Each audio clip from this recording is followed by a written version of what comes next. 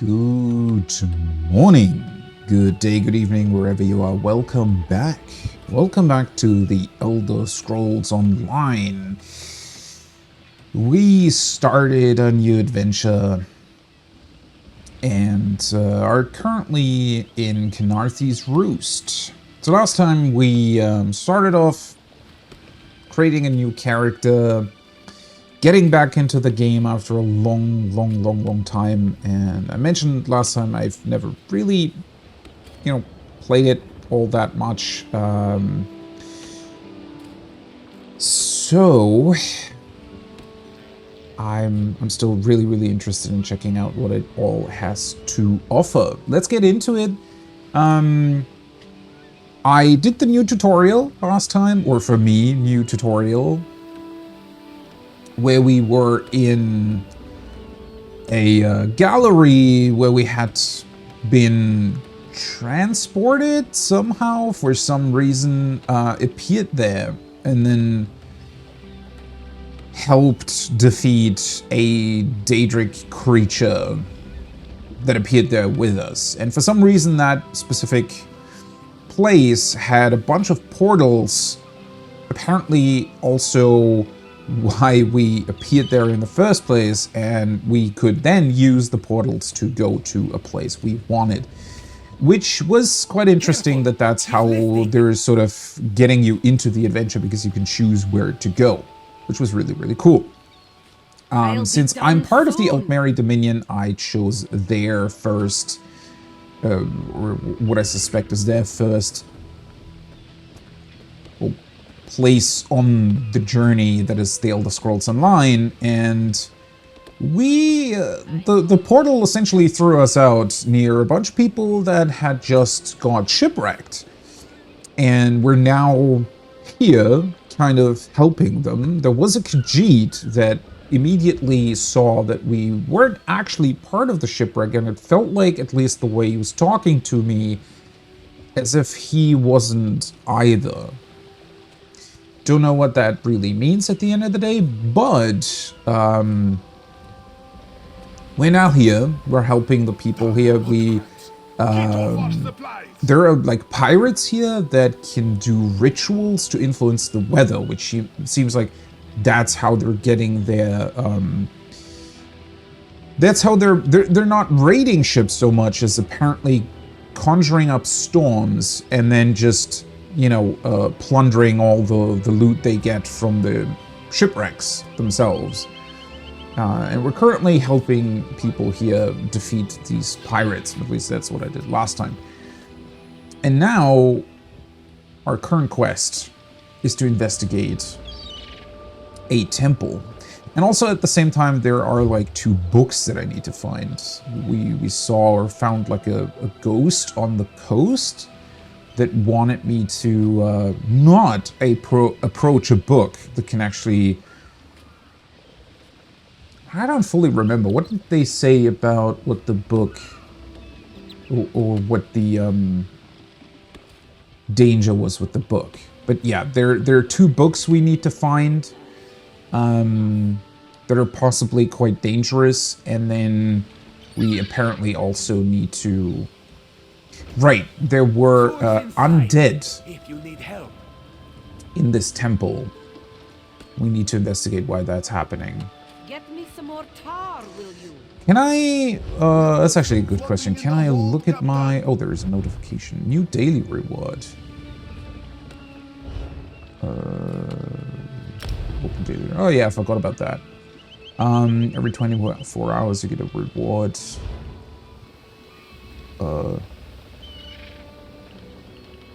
What is this? Crown Experience Scroll. You gain a 50% experience point bonus from all sources for 2 hours. The timer pauses when you are offline and resumes when you return. Created by a priestess of Meridia, for whom time is relative. Should I put that on? I mean, I feel like with the pacing that I'm playing at, it's not really all that worth it, but then at the end of the day, I also don't really care. That it's not really super worth it for me. Let's assign that. Also, I should I consume one of my other consumables here. Right. What was I gonna look at? The quests. Quests.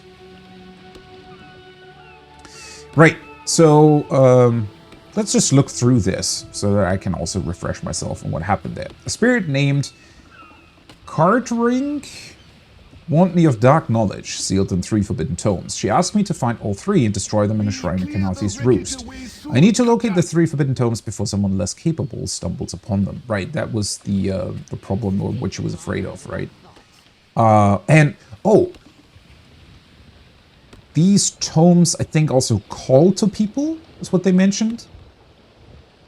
So they kind of somehow make you read them. And then this. An Altmeri Dominion fleet was shipwrecked here by a hurricane. I wasn't part of the wreck, but perhaps I can use the chaos as cover.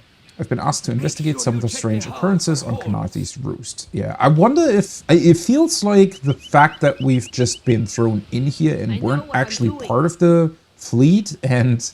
yeah, I just feel like that's gonna come up again at some point, possibly. Right, so let's check that out. Let's go to... Or I guess we can do the books on the way first, right? Go to the first book here, and then go on to investigate that temple with the undead. So let me switch over the quest to Dark Knowledge. One thing that I just noticed is apparently these enemies are still here, which I thought last time when I got rid of that storm, the pirates weren't here anymore. Maybe that was just on accident, that somebody had killed them and I just didn't notice.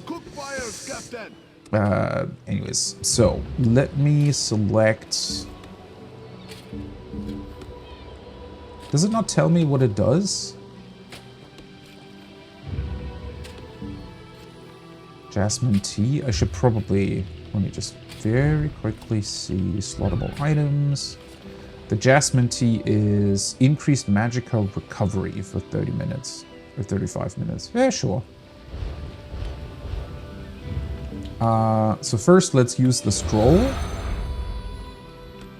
And then use the jasmine tea.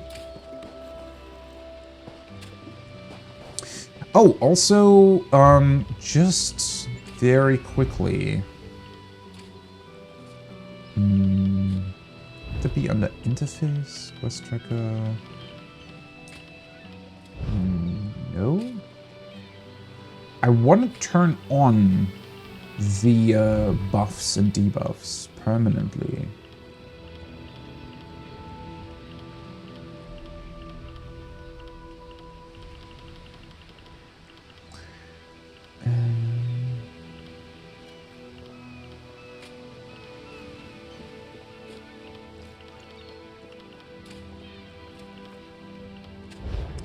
Wasn't there... Where the hell did I see that last time?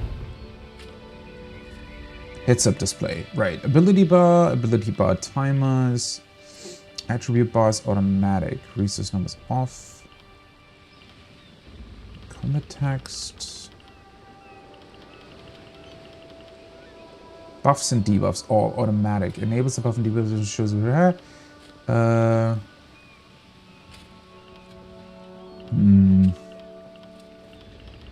So I would have to put that to always show, correct? Of course they are.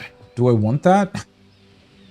The annoying part about that is that it also shows, I think, my subscription, right? So it's essentially showing... Where was that? Under character? Yeah, active effects. It's showing this. Which is pretty dumb that this is considered to be an active effect. I mean, I get that you get increased experience and stuff. But that's weird. I mean, they're pretty small down there, so I don't really mind it. I want to have them on, because otherwise I know I'll forget to put on, like, food and stuff. Not that that's really worth it at the moment, but since it's, you know... I don't want to have that stuff in my inventory for, like, a billion years and not use it. So I want to remind myself to put it on. But yeah, obviously it's a bit annoying when that was the cave that I was in last time with snakes, correct? Yeah, I don't know. It's just that I feel like this makes more sense. I wish there was. I think I mentioned that last time when I started playing. Is Final Fantasy XIV has ruined a lot of games for me in the sense that, hey, is that Nirnroot? No, Wormwood. Okay. Ooh. What was that? Oh, hello. Okay, let me get back in the heap of things here. A harpy. Okay. Interesting voice and sound. But yeah, in terms of Final Fantasy XIV, the sheer amount of buttons, right? I think I complained last time about this menu. The way 14 works and how good 14 is in that sense is pretty crazy. Like 14 is so crazy good in terms of its UI and how everything works that Death Scythe can now be morphed. Wait, that's my ability, right? Oh, I forgot about that. There's these abilities can change, correct? If you've leveled them up enough.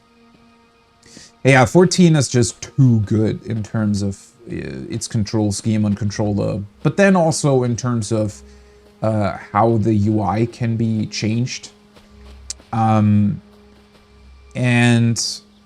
that's true even for non-MMO games. I feel like, especially nowadays, and with, you know, accessibility becoming more and more of a thing in games, there is really no excuse for a developer not to include at least basic stuff in terms of their UI. And one of the big things is just being able to customize UI locations. Yeah, I think is a very, very big thing that should, like, every game should have that to some degree. So I wish that I could, for example, move my buffs that are now shown here at the bottom of the screen, because I would like to have them probably close to the compass or something. Funnily enough, they're now pretty much where I have them in 14. But the interface Don't believe her lies. Is obviously completely different in 14. Excuse me? Her lies? Whose lies? Who said that?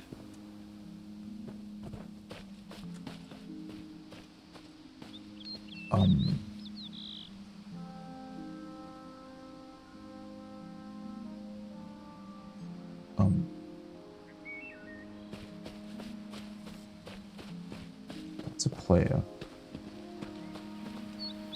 Stone. Seriously, who said that?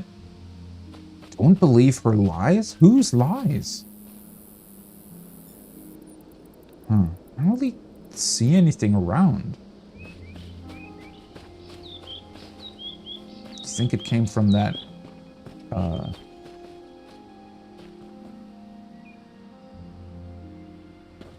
either from the stone or maybe from that HUD.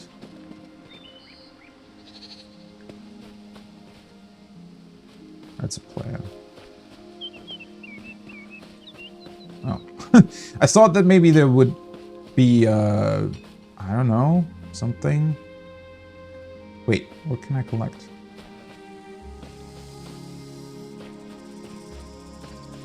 I don't think I can go in here. Knowledge is power.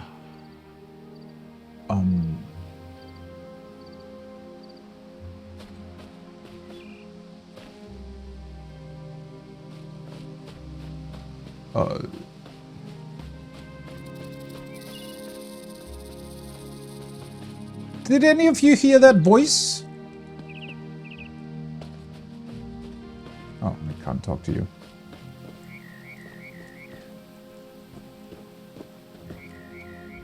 You're a merchant. Trade, not to cause trouble? This one is sorry he must ask, but it pays to be careful, no? Why so nervous? Bandits are attacking merchants on the road. Karpusa got smart and hired mercenaries, but they can only do so much. I feel like this isn't connected to the voice I just heard. Is it always this dangerous? The storm, it causes chaos, disrupts the regular patrols. This makes the bandits bolder. Soon, things will quiet down. Until then, Karpusa's coin feeds a few mercenaries, yes?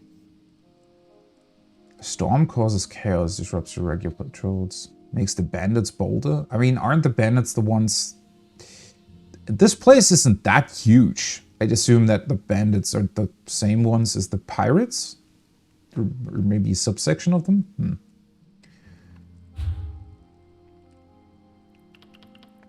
What are you selling? Soul gem empty. Used to capture souls. Should I buy one? I feel like I might need this eventually, but it's pretty expensive at this point. This stone was pulled from the gullet of a slain allied. Sell to a merchant for gold. Oh yeah, I can sell that.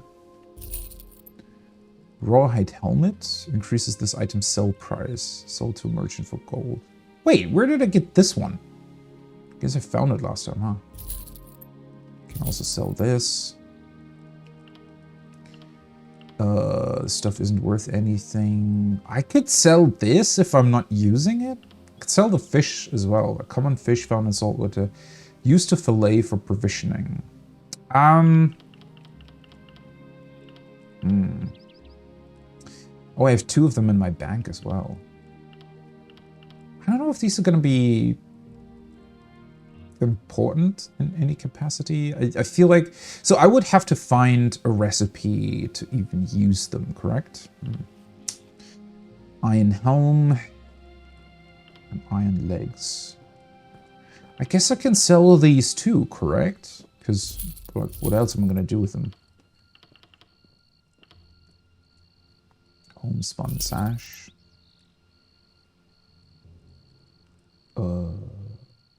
What does the little investigation symbol mean?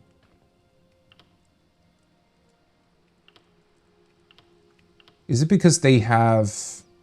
Oh, this is actually a set item. Interesting. Is it because they have effects on them? Maybe because I can potentially research that? Anything that needs repairing? Not really.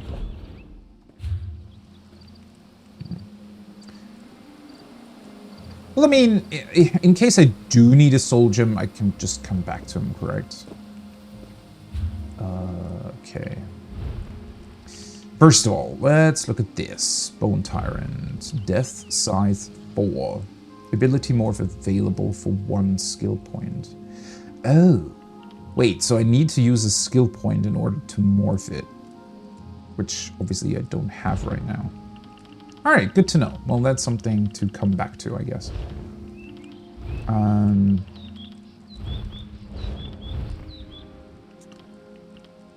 Iron Cures of Health. When did I get this? Everything is well?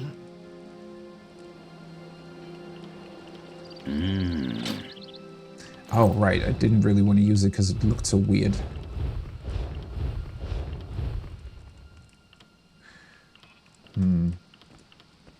Yeah, I don't know if I can, like, research their effects or something. I feel like at some point you're able to do that.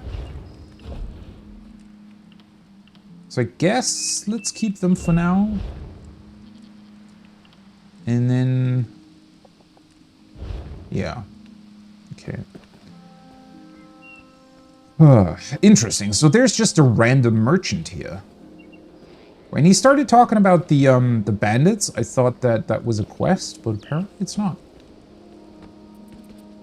Thank you for your patience. Karpusa, while we recognize bandit activity has increased along the roads, there is nothing we can do to address it at this time.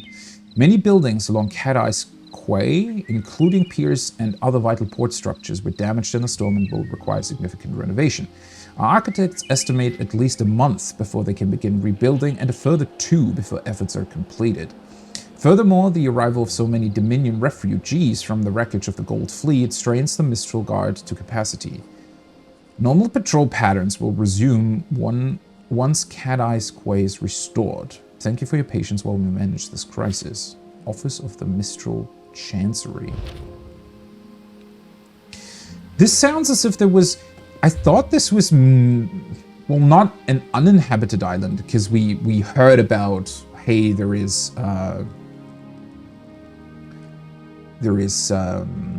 are locals and stuff that we need to get along with. That's why we got the sort of quote-unquote main quest of this place in the first place.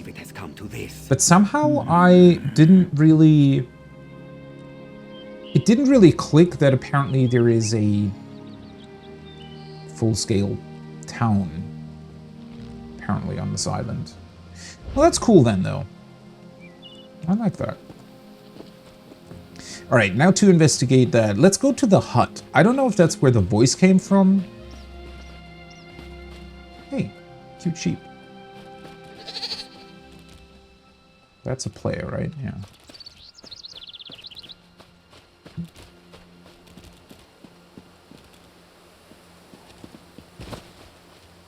These are weird huts.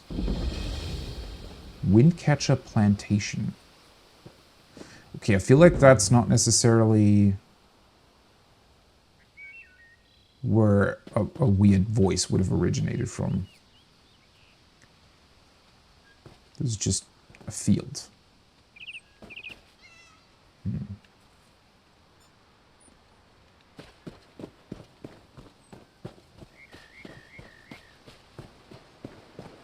Looks quite beautiful, though.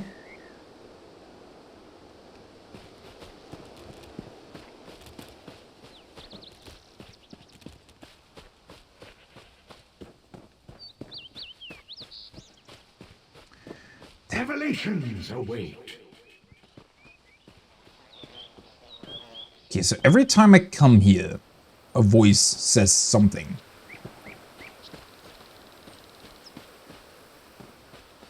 But it's neither showing me where it originates from, nor what it would be connected to. Now, obviously, don't get me wrong. I know that I turned off the quest marker thingy because I want to find this stuff on my own, right?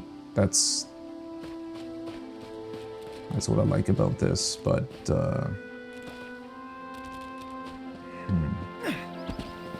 Don't believe her lies.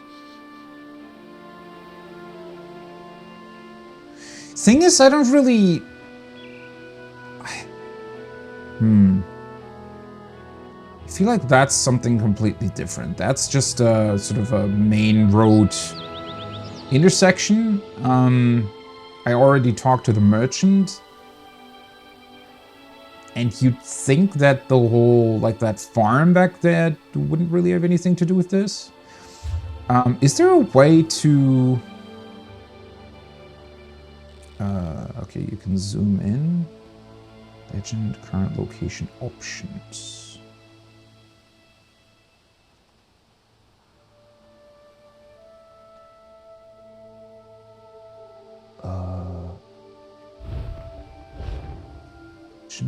Set destination, remove destination. So you can set a destination, alright, but apparently, sadly, there is no real way. Well, I guess, you know, technically it tells you,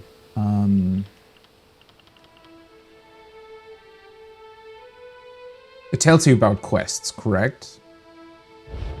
So, if I'm missing this quest for whatever reason, I know that it's still available somehow.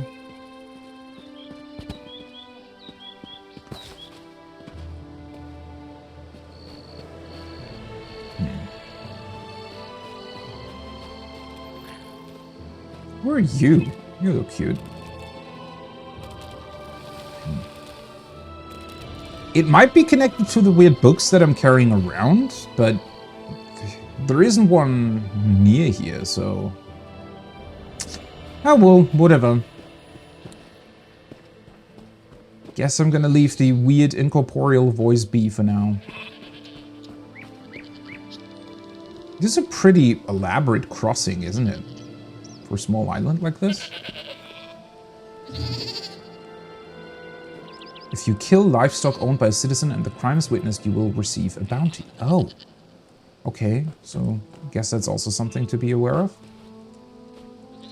Who does this belong to, though? Why is this cart just here without anybody being close? Does it belong to you? Sibut Ja.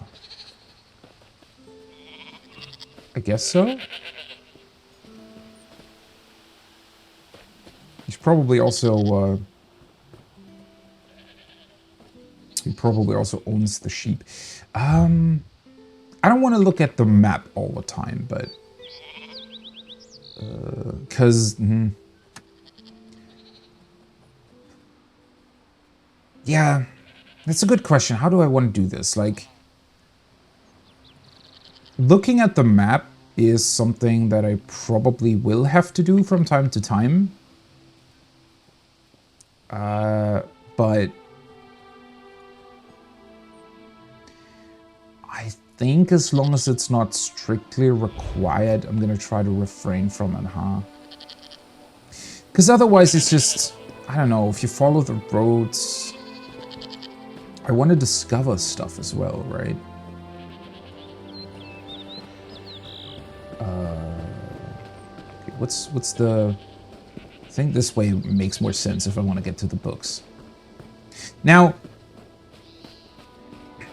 the fact that I know the location of the books is weird in and of itself, but sadly there isn't really any way around that, right? Because the game just doesn't really give you directions in the sense of, hey, you have to go, you know, to the left and then straight until the big crossing and then go to the left again.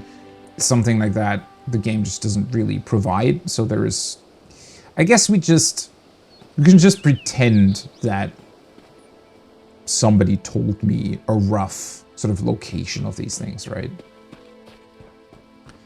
Because it doesn't really work any other way. Which is a bit sad, but then again, I also recognize how, like, what a logistical nightmare it would be to try to not only come up with thousands of quests for an MMO, but then also make sure that they are solvable without a map, or rather without, or with locations that have been told to you. And I think that is something that is fine to quote-unquote pretend, right? Because we can just say, like, obviously it would have made sense for the person close to the shipwreck, like in that camp that we were in. The leader of them would have probably, like, if they have somebody that's willing to help, it's not that much of a leap to assume that they would have given you a map of the place where they're currently at and tell you, oh, hey, by the way, go there, right? And then whenever something new comes up, for the people to then also say, hey, do you have a map? Oh yeah, I'm going to point out on the map where that is supposed to be, right? That's not too much of a leap, so... Holy fuck, the city looks really beautiful, though. I feel like it makes sense for us to go there first, right? I mean, the books are somewhere over there, but... What the hell is the city?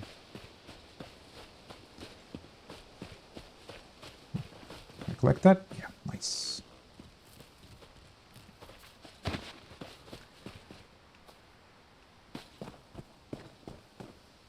This looks insanely beautiful.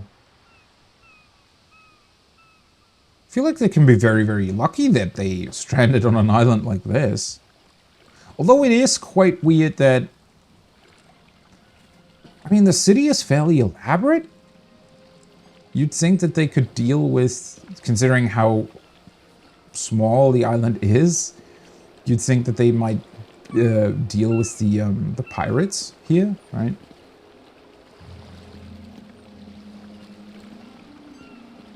Also, I absolutely love the way they're building their houses.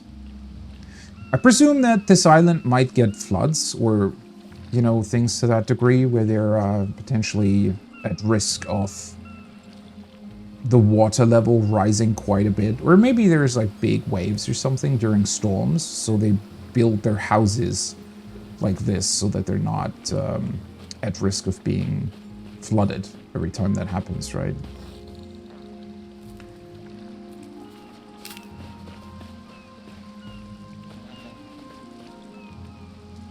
Okay, well, I guess they're sleeping.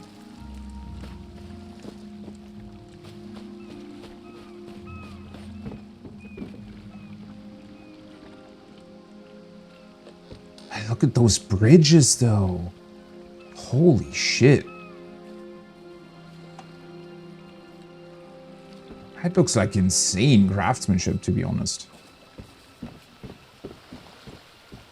Low Tail? That's a cute name.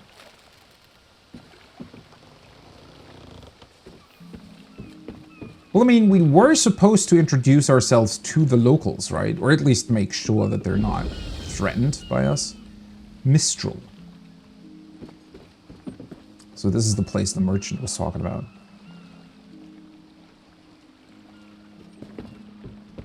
But yeah, thinking about the way their houses are built, you'd assume that they might have quite a few issues with the pirates as well, right? Oh, that's a way shrine, is it?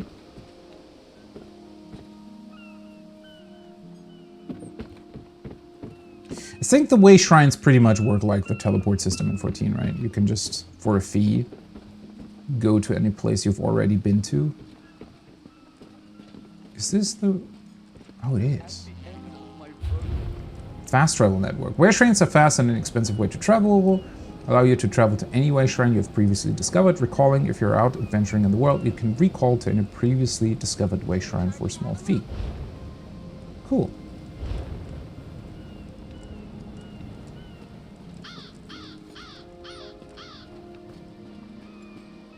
Dockside dealers. Well, now I've discovered it? That was weird. Huh. Also looks very beautiful. It has this almost sort of Arabic, Orientalic, is that a word? Vibe to it. Looks really, really cool. It's a pretty unique design, I would say, for a fantasy game, I mean. Sort of an interesting combination of a few different design ideas or elements. Okay, the thing's just I'm not entirely sure what I'm supposed to do here. For unity, for the Dominion. Oh, wait.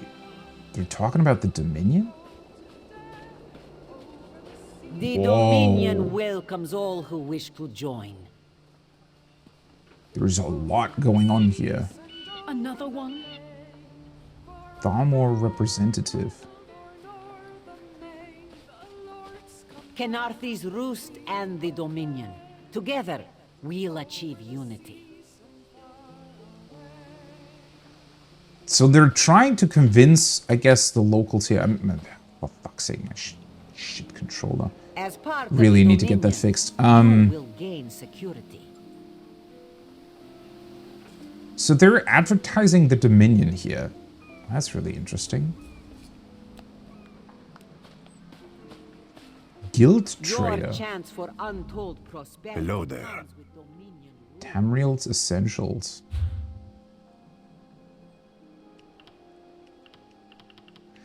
Oh, so this is like a trade house? Joining the Dominion Enter a isn't name, about what you all get, items, but what we gain from apparel, player level. As part of the Dominion, Ooh. will gain security. Holy shit. Wow. So this is like a proper Auction house then. Why does it say guild something something? Is this the auction house of just one guild? Because that feels like a lot of items for one guild. Interesting. They are selling like low-level stuff as well. Seller, CM level. Okay, so this is by a player. Guild Tamriel's Essentials. Huh. Very interesting. For prosperity. For Would be very interested to know how this works. Calm yourself. So this is like a different guild, correct? Yourself. So if I were to search for the same thing here, nothing comes up.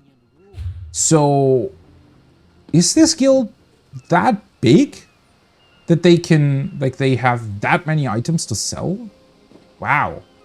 Kenarthi's roost and the Dominion. Yeah, I wonder how that Together, system works we'll in this achieve game. unity.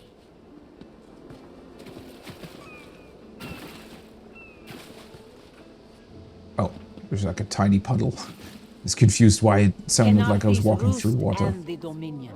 Together, we'll So achieve this is like a unity. proper tavern as well. Oh, this looks really, really cool. Really comfy. So, but looking at it, you'd assume that this is quite a warm place, right? Because it's outside like this. What's going on here? A laborer that's been... What has he done?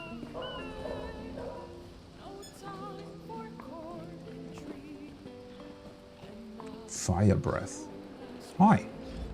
And the main spoke. Look to Riddlethar. Did he surrender Jackajay to Skoomacat and the others? No.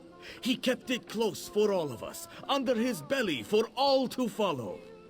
It is true, you know. No idea what you're talking about. Also, I'm slightly concerned by the fact that the camera is tilting slightly. What is true? In Jackajay we find ourselves, our place in the world, our path through its trials. In following this path, we find the sugar hiding all around us. And we are happy, yes? So very happy. Sounds like he's talking about a religion for drugs. What? Okay, sure, buddy. The Dominion welcomes all. What does it say, Grocer? I stock only the freshest herbs and finest spices. Let me know if you see anything you like. Can you tell me about provisioning? Of course. We provisioners practice the arts of cooking and brewing. Good food requires the best ingredients. We gather fresh meat and produce from crates, barrels, and the like. If we're lucky, we'll also find recipes in chests, trunks, and desks. Right, because apparently a billion different people in this world just leave recipes lying around. What a weird concept, right? Well, what then? Once you've copied the recipe down and acquired the necessary ingredients, that's when the real fun begins. Cooking pots and rotisseries can be found all over. You need only find one, select a recipe, then indulge in the simple joy of cooking. All right, so it's just started. Oh, this is a proper thunderstorm. Interesting that they chose to build the tavern like this when there's apparently thunderstorms around. What sort of food can I make? Don't forget drink. Hearty meals will fill your belly, increasing your general well-being, both body and soul. Strong drink can stimulate the humors, allowing you to recover more quickly. If you're lucky, you might find a recipe that does both. Does she also sell recipes or design? Rough bag, burlap. Requires tailoring too. Rough bag? What would you do with a bag?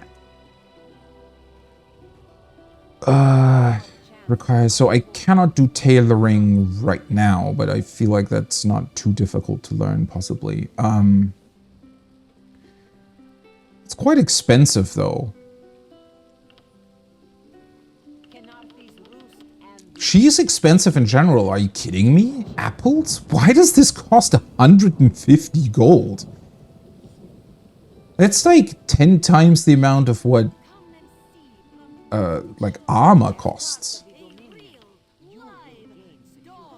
Are these fresh ingredients special or very rare or something?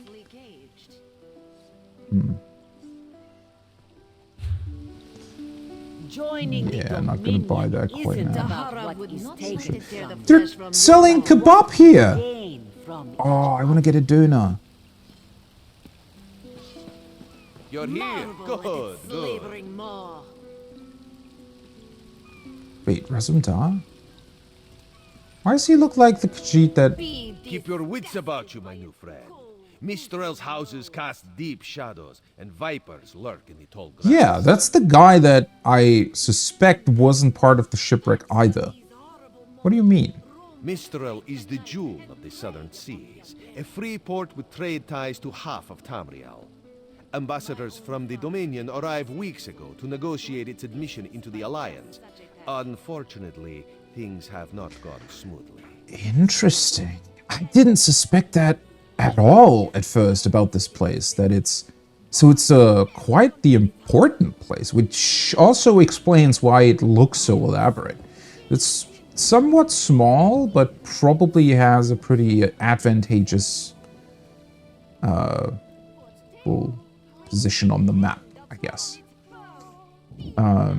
So they're not that happy about the Dominion coming here? Kenarthi's Roost has an old treaty with the Maumar. They claim the Dominion fleet intended to invade their home waters. It's a sticking point in the negotiations. The Sylvanar could use some help. Find him, give him this token. He'll know you are a friend. Who's the Sylvanar? So the Maormer are the natives of this land, correct? If I recall that from last time. And they're afraid that the fleet just comes here taking over the place? I can definitely see that. Currently, from what we've seen, it looks more like they're trying to convince people to join the Dominion rather than just taking everything over by force, but it might just be their sort of first approach, right? They probably want to get the people to agree with them to a degree that whoever leads this place or the Maorma can't really do anything against them anymore, right? Without Mistral's support, the Dominion will have precious little defense on its southern coasts. But we are not here to conquer anyone. The Sylvanar knows this. He is in the Chancery, seeking a peaceful resolution here. Oh, wait, so you are from the Dominion? Who's the Sylvanar? He is the voice and spirit of the Wood Elves. They say he was, and will be their greatest leader, whatever that means. This one knows him as an unrivaled diplomat.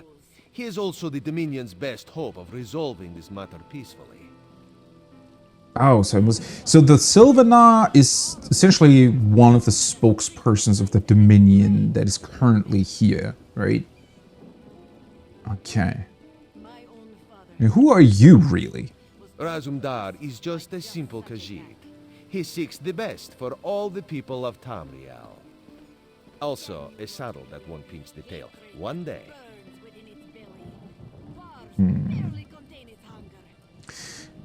It feels like he's some sort of agent for the Dominion, but... Well, so it doesn't really matter all that much whether or not he was part of the shipwreck, right? He could have been part of the shipwreck because he, as an agent of the Dominion, was supposed to sail here anyways, or he could have just already been here and just witnessed the shipwreck and decided to do something about it or help. Tell me about the Dominion. The High Elves, Wood Elves, and Khajiit stand united under the Eagle Banner. We secure our borders against invaders from the Covenant and Pact, but it is no easy task. And Queen Irene leads our Dominion, of course. Of course. It is really cool, though, that we're getting our first sort of glimpse into the bigger picture here. Hey, a basic provisioning guide. In my 20 years as sublet captain for the 7th Imperial, I learned one absolute truth. Provisioning is the same whether feeding yourself or an entire army. Per Magus General Septima Tharn's request, I will share what I know to aid the provisioners of less accomplished legions.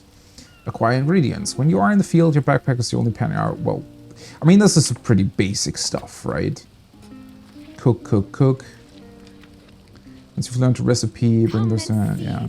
Addendum. Brewing on the go. I hear enough questions about brewing to warrant its own section. I recommend you never keep more than a flask of fine brew with you. Your cohort will know it's a prize for those who truly distinguish themselves. Yet sometimes the cohort needs liquid courage, such as before a battle or a parade review.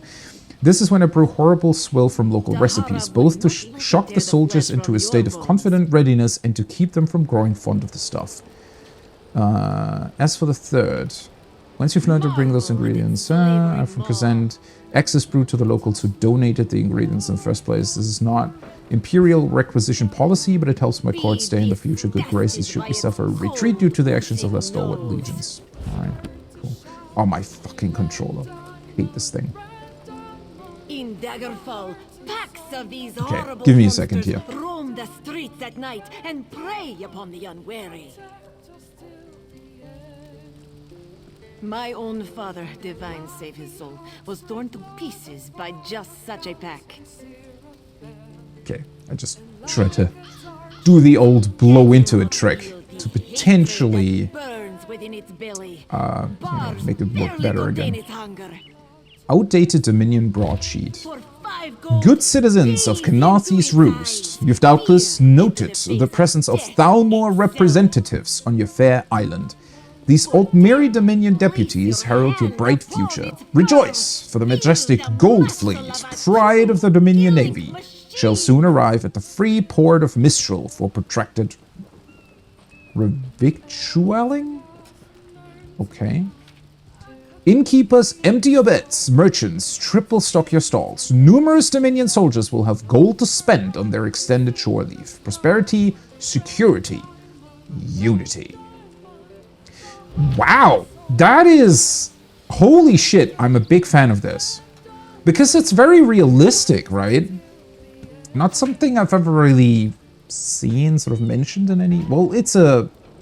I don't know if I've ever seen a situation like this, but that is very realistic, right? So the Dominion was here before, but the big fleet is coming through, and not only does it make sense in the context of them wanting to convince people here to, you know, support them and possibly join the Dominion, but it also makes sense because just logistically, they would have had to, well, make sure that they can actually, you know, make camp here and rest and yeah, all of that needs preparation, right? And it's really, really awesome to see that with these pamphlets, they're doing two things at once, right? They're both logistically preparing the place for a big fleet arriving, yet they're also using it to, you know, convince the locals, hey, it's really, really good that we're here and you can make money off of us, right? Which is going to interest a lot of people as well. And possibly make them be a bit more, well, what's the word? Like making them look forward to it, but also, well, their disposition towards the fleet and towards the Dominion would be a lot better, right? Did you come in with the storm? I'm sure you worked up a thirst out there. What do you have? See, this is much cheaper than the overpriced groceries the other person was selling. Design. Common candle set. Improvement too. Is this for... Why do candles need flour? Is this for like housing items? I suppose it might be, huh? Oh, for fuck's sake. Recipes are really expensive. And they all do the same thing, which is interesting.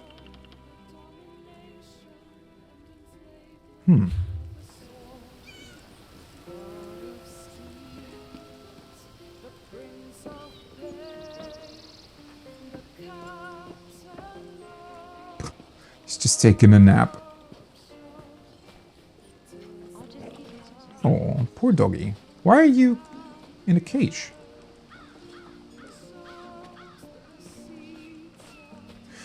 I find it interesting that all of these NPCs do have names, but you cannot talk to everybody. I mean, not that I wanted to. I think it would be a bit, you know, crazy to be able to talk to all of them.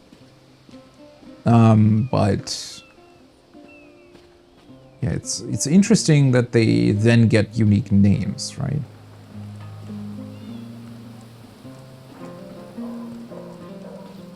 Can talk to these guys though. Anyone can sing. This one is here for news from afar.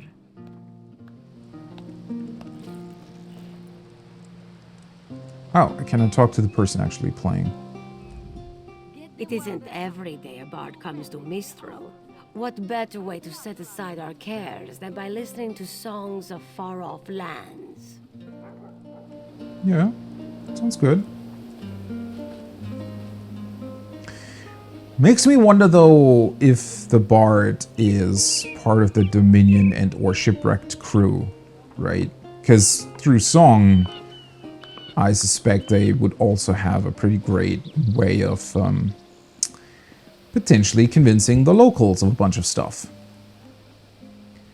All right, before I get in there, I want to check out this place though, because I think this is like a crafting place.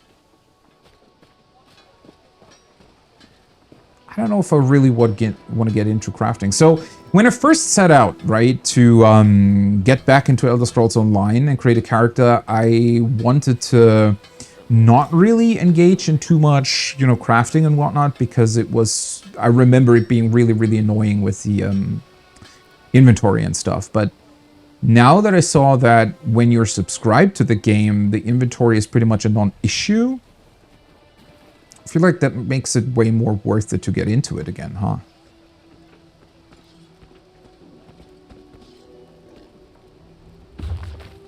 Clothius Primer. Future challenges. The Shattered Mask has fought far too many opponents who failed to recognize the importance of proper footwear. Basic Primer would teach you how to make a simple pair of homespun shoes. If we're to face each other and bless Crucible, I want to fall because of my acquire. Would it be jute? Jute? It's cheap, plentiful, easy to weave. Look for the distinctive yellow flowers in the wild. Yeah, I've already found a couple of stuff. Refined cloth, you can work with raw and anything. Professional clothiers call this process refinement. Style, clothiers from all across Tamriel have their own cultural style. Yeah, I think you can somehow acquire all the different styles, but I think you have to research that or something. I remember something like that. If you're a Breton, start with the material for Breton style. Okay. Craft shoes, bring your style material and 5 bolts. Right, there was, so every style has a material associated with it as well, I think.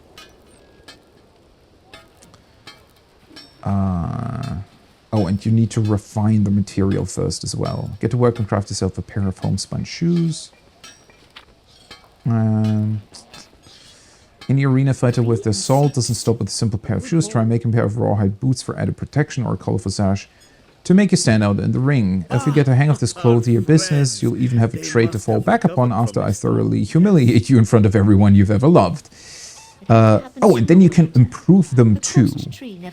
Any other bit of clothing really requires to work with tannins at a clothing station. If you aren't careful, you'll ruin the clothing and the tannins in the process. Use as many tannins as you think you'll need. Find them on your own. I won't make everything easy for you. Deconstruction. Right, that's... Maybe you're the kind of person who cuts corners. If you don't have time to collect raw materials, you can always deconstruct clothing you no longer need.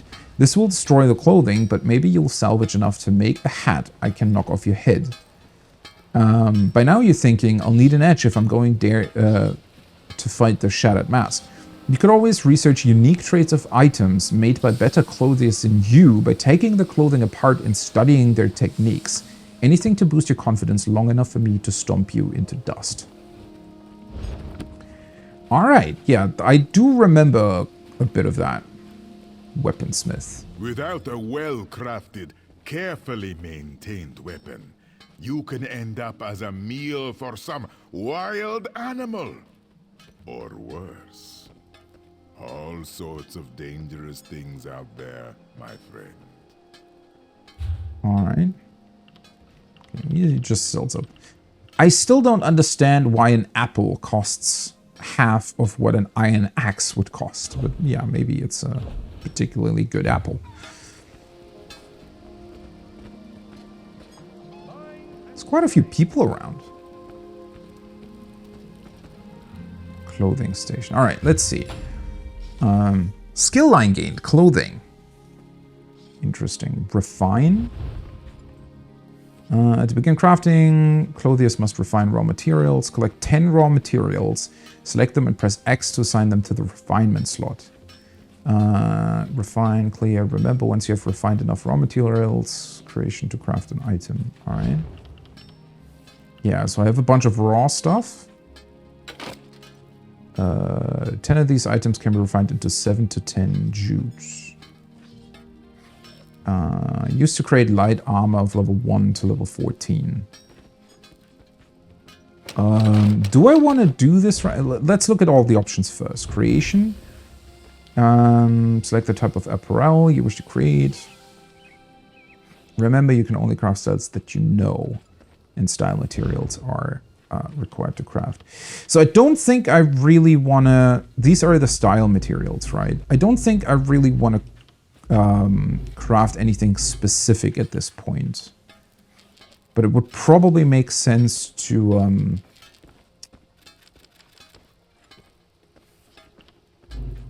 to learn as much as I can. The thing is, I still have like a billion different materials from like my other characters and whenever I started to try to get back into the game. Now the question is, do I want to use that to just craft stuff and then potentially sell it? I think that would make sense, right? Or do I want to like keep this and only craft specific things?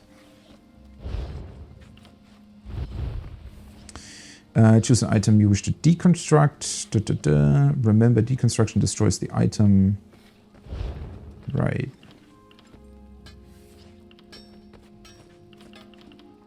Can research. Oh! I was confused why there's so much stuff here, but that's because it's in my bank, correct? Right. It also shows at the top that that's in my bank, yeah. Increases inspiration gain from deconstruction of this item by 280% and gain additional refined material upon deconstruction.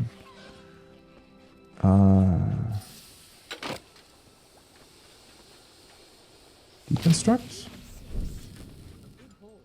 Clothing 2. Alright, so this also gives you... Yeah, I mean, I should get rid of this anyways, right? So, I had a couple of characters. I never really got far with them. The only character that I actually deleted 3 characters that were like below level 10. Because I never really got further than that. Except for my old, very, very old main character from when I first started playing the game back in 2014 or whenever that was. That character I kept, but I moved everything the character had to the bank. And I'm just going to use everything that I still have or had on those characters as sort of a starting off point for this character. So I'm just going to, get rid of all of this stuff and then hopefully that's, going to be fine. So let's just deconstruct all of these things. At least it's going to give me a little bit of a starting off point in terms of the... in terms of the what's it called? Like the skill, right?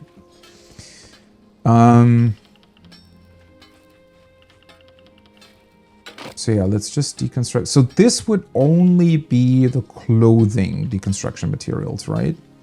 And the other stuff would be shown at other stations.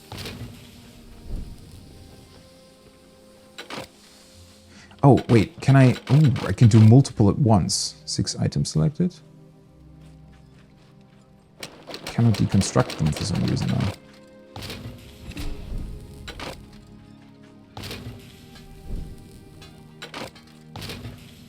Doesn't always increase my skill. It's interesting. I guess it depends on a few factors then. Okay, and this can be research, correct? And what is this? Ornate. Oh, so it gets sorted specifically because these are worth more, so you're supposed to sell them instead of deconstructing them, right?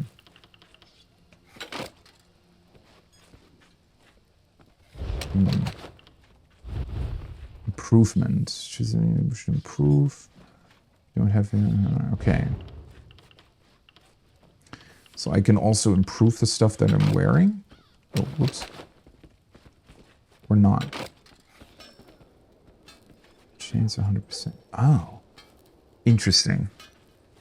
Cannon's chart. Normal, superior, legendary. So you can actually make them better. That's pretty cool. So if you have an item that you really, really like, you can try to improve it instead of finding new ones. That's pretty cool. You can do a lot here, right? That's pretty crazy. Research. Remember, researching destroys the item. Right. This I remember somewhat. So you can research like a billion different things. Yeah, let's do that. Research trade. Research will destroy this.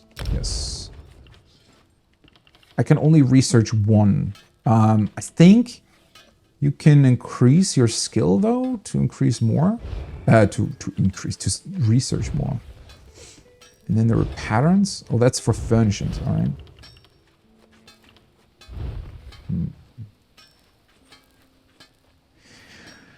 Is there a point in refining this? The refined material would still be in my crafting thingy, right?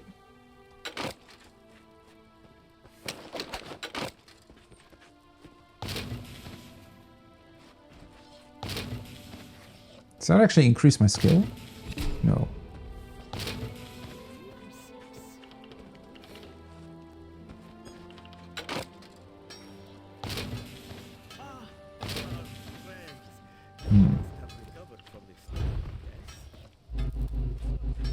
Oh, well, I had to begin with. That is a bit strange though, right? So it's just... you just refine and that's it, essentially? You worry for nothing, little one.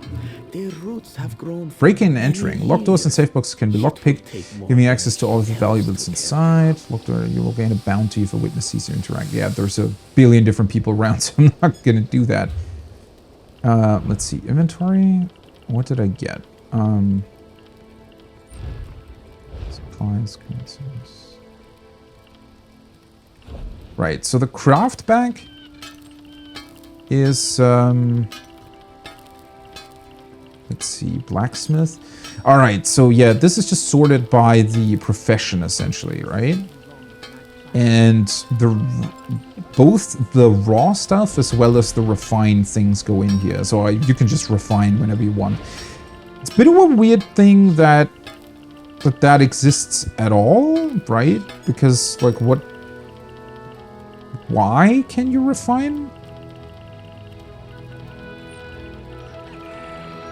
Is that just for immersion, or is there a reason as to why there's different? Maybe, oh, maybe through refinement you can get like rare stuff as well from time to time? Clothing. Tailoring. Allows the use of jute and rawhide, allows the use of flax and hide. Alright, so you actually need to level these if you want to craft higher level stuff, which is interesting. And that's going to require, over the course of everything, 10, or rather 9 additional skill points invested in this. That's pretty crazy. Keen Eye Cloth. Fibrous plants in the world will be easier to see. An outfitter hireling will send you clothes or leather and possibly other items every day. Ooh. That sounds awesome. So you just get stuff every day that you can then use. It's probably very useful for improving your skill in clothing, right? Improves the chances of extracting clothing ingredients. Allows the refining of more powerful tannins from raw material. Oh, right. So you get these tannins that are used to improve your stuff from refining the materials. So you get two things out of the refinement process, essentially. Reduces research times by 5% and allows the research of 2 items at once. All right. Increase the chances of improving items with tannins. Cool. Well, I mean, I feel like these skills are worth it either way, right? Even if you're not really gonna craft all the time. The pure fact that you can also make things you already own better by doing this. Okay, this is blacksmithing. I feel like, you know, means that it's just worth it to do this. Period. Deconstruct. Mary Excel's Great Axe. I do need to be careful. I think I want to keep the sword, correct? Yeah, the one-handed sword. The daggers I can get rid of, though.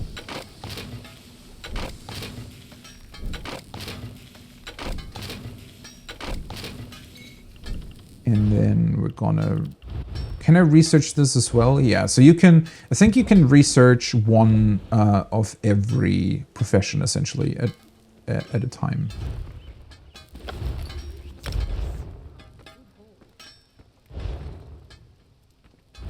What are these different traits to begin with? Reduces block cost, reduces bonus damage taken from player critical hits. Items armor value, cost of sprinting and roll dodging. Increase experience gained, items armor enchantment effect. Yeah, so these are the different effects that you can also put on your own stuff whenever you craft something, but you have to research the traits first. Their roots have grown for many years. Okay, and I think there's like a third profession, right? Which is this one. Leather worker.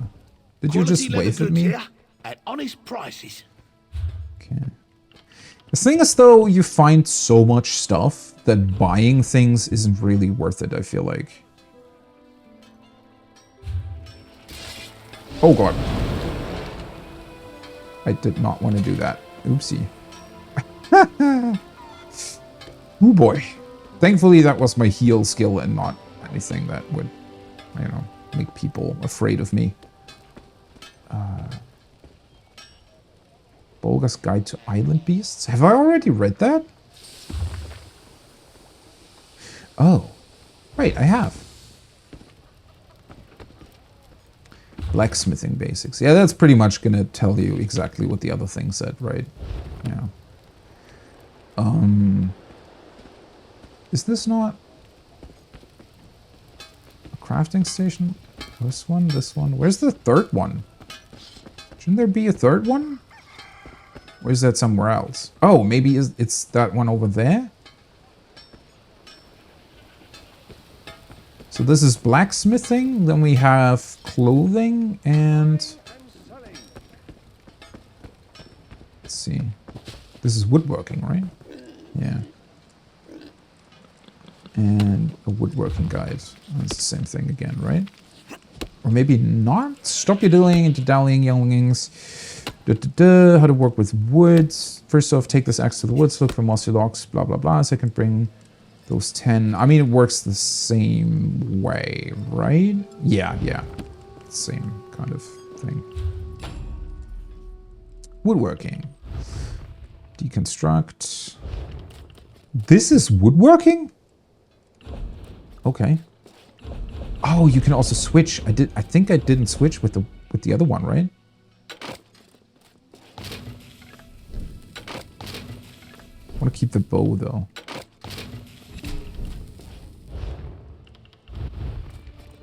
And then research something here as well.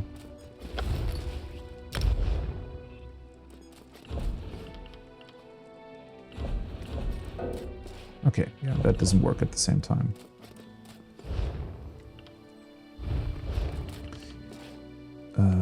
Oh, right. I should probably also look into this.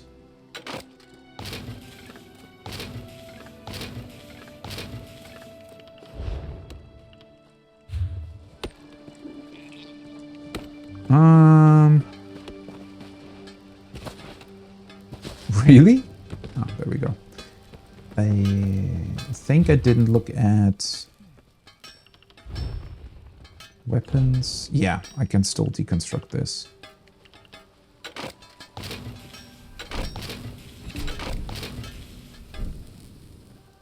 And then possibly refine things here as well.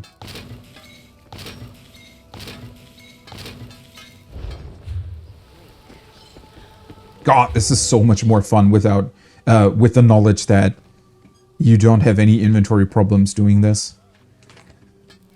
I know that I mentioned this last time like 3 times, but it's so crazy to me how different this is when you're subscribed versus not. That's insane still to me. Okay, let's just quickly check out if there's anything else going on here. They must have recovered from the storm, yes?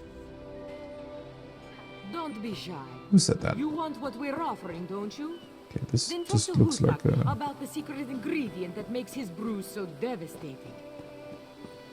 Oh, are you just sort of telling the news, I guess? What are you? Furnishments. Okay, I don't have a house or anything right now, so... Wandering Mystique. You've come seeking power. I can see it in your eyes. Look on my wares. I'm sure you'll find what you're looking for. Okay. 500? What the hell? Oh, that's a filled one. Oh, oops. Empty. Used to capture souls. So that's 50. I feel like I want to have 2 of these. Let's just buy 2 soul gems, just to be sure that, you know... What the fuck is this? Mage's Guild banner. Presented to one who has more than earned the right to display Mage's Guild affiliation. Furnishing behavior animated. Okay, so that's a furnishing? That costs 10,000 gold? Wow. So I guess later on you really have, like, a lot of gold. You received an empty soul gem to fill it. Use the soul trap ability on an enemy moments before the enemy's death. Yeah, about that. Let's quickly look at, but I feel like blacksmithing, yeah, that's pretty much the same, right? All 3 are more or less the same skill line, if you will. Okay. Well, at least now I have 2 soul gems to fill.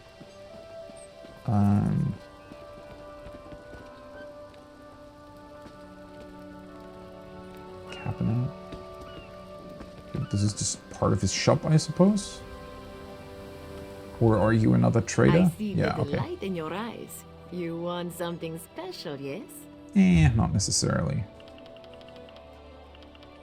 Why are her soul gems so much more expensive? Isn't that the exact same thing, or are they like a higher level or something? Because typically in the Elder Scrolls, as far as I remember, there were always different soul gem sizes, if you will, right? And different soul gems could only ever capture a certain size of soul. So the more complex the thing you killed was. So for example, a human soul would have been the biggest one, and couldn't fit into smaller soul gems, right? So that would have had to correspond with one another, which was somewhat of an annoying mechanic in the single player games, to be entirely fair. And well, this feels like you only have like a basic sort of soul gem that works no matter what. I'll figure it out. I do remember though in, I think it was Skyrim, not Oblivion. Might have been Oblivion as well. But in Skyrim, there is I think, one of the Daedric quest lines. So there's like 19 Daedric gods or whatever they were called, right? And they all have their own unique quest line in Skyrim. And when you do the quest line, you get a unique artifact, right? A unique item, which could be a weapon, it could be something else. And I remember that there is one of the Daedric items is essentially a soul gem, but like a dark, quote-unquote dark one, that is reusable and can fit any size of soul. And that made my life so much easier when I got that. Like, obviously it can only fill one soul at a time, but you don't really need more, right? Because you have one weapon normally, like your main weapon or whatever that you use, and that gets its charges depleted when you use it. And through that reusable item, you were able to not have to worry about soul gems and could just get rid of the soul gems as well. Which were annoying in and of itself because you had, like, soul gems obviously filled up your inventory and stuff like that, right? It was somewhat of an annoying mechanic. What are you I've doing never here? had such a difficult time deciding, especially in a shop with such few goods. What gave you that idea? Okay. Seriously, keep down about that. I deserted, remember? What? Coward. You weren't there. You would have fled too if you'd seen what they asked us to do. Both of you, calm down. Glowlord, do they? I don't know. Sometimes. They have a lot of gold. When they hire mercenaries, it's to fight someone they can't be bothered with or to chop an enemy down to size. If there's anything left, you're paid well. There isn't. Did they just openly talk about deserting from the Dominion, I suppose? I would be a bit more careful with that, guys. Okay, I thought that maybe... I think there's... Yeah, alchemy and stuff would also have crafting stations, right? Or I don't see any of them around, so maybe they don't have them here in the city. I could cook something. But I already have like 1 billion items still in my inventory, so that's not really worth it at the moment, I feel like.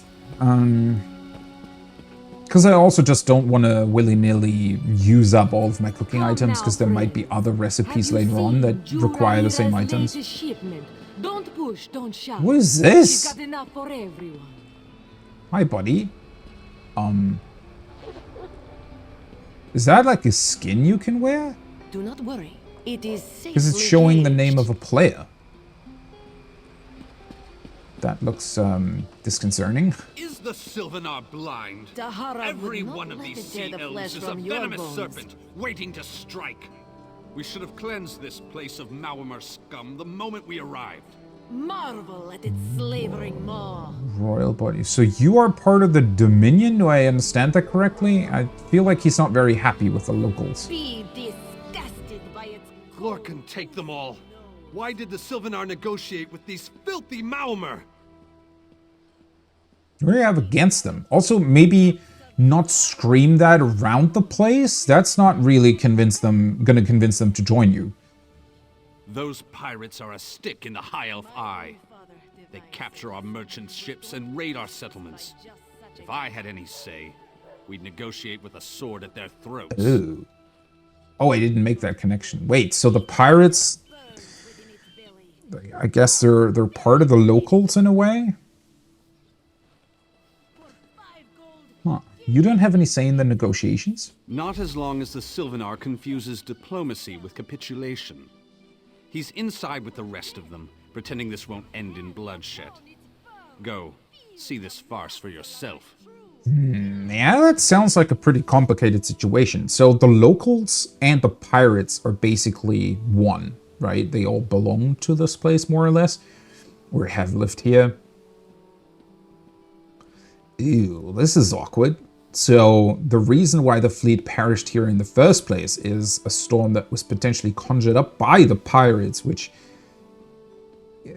kind of seems like have the what is that called?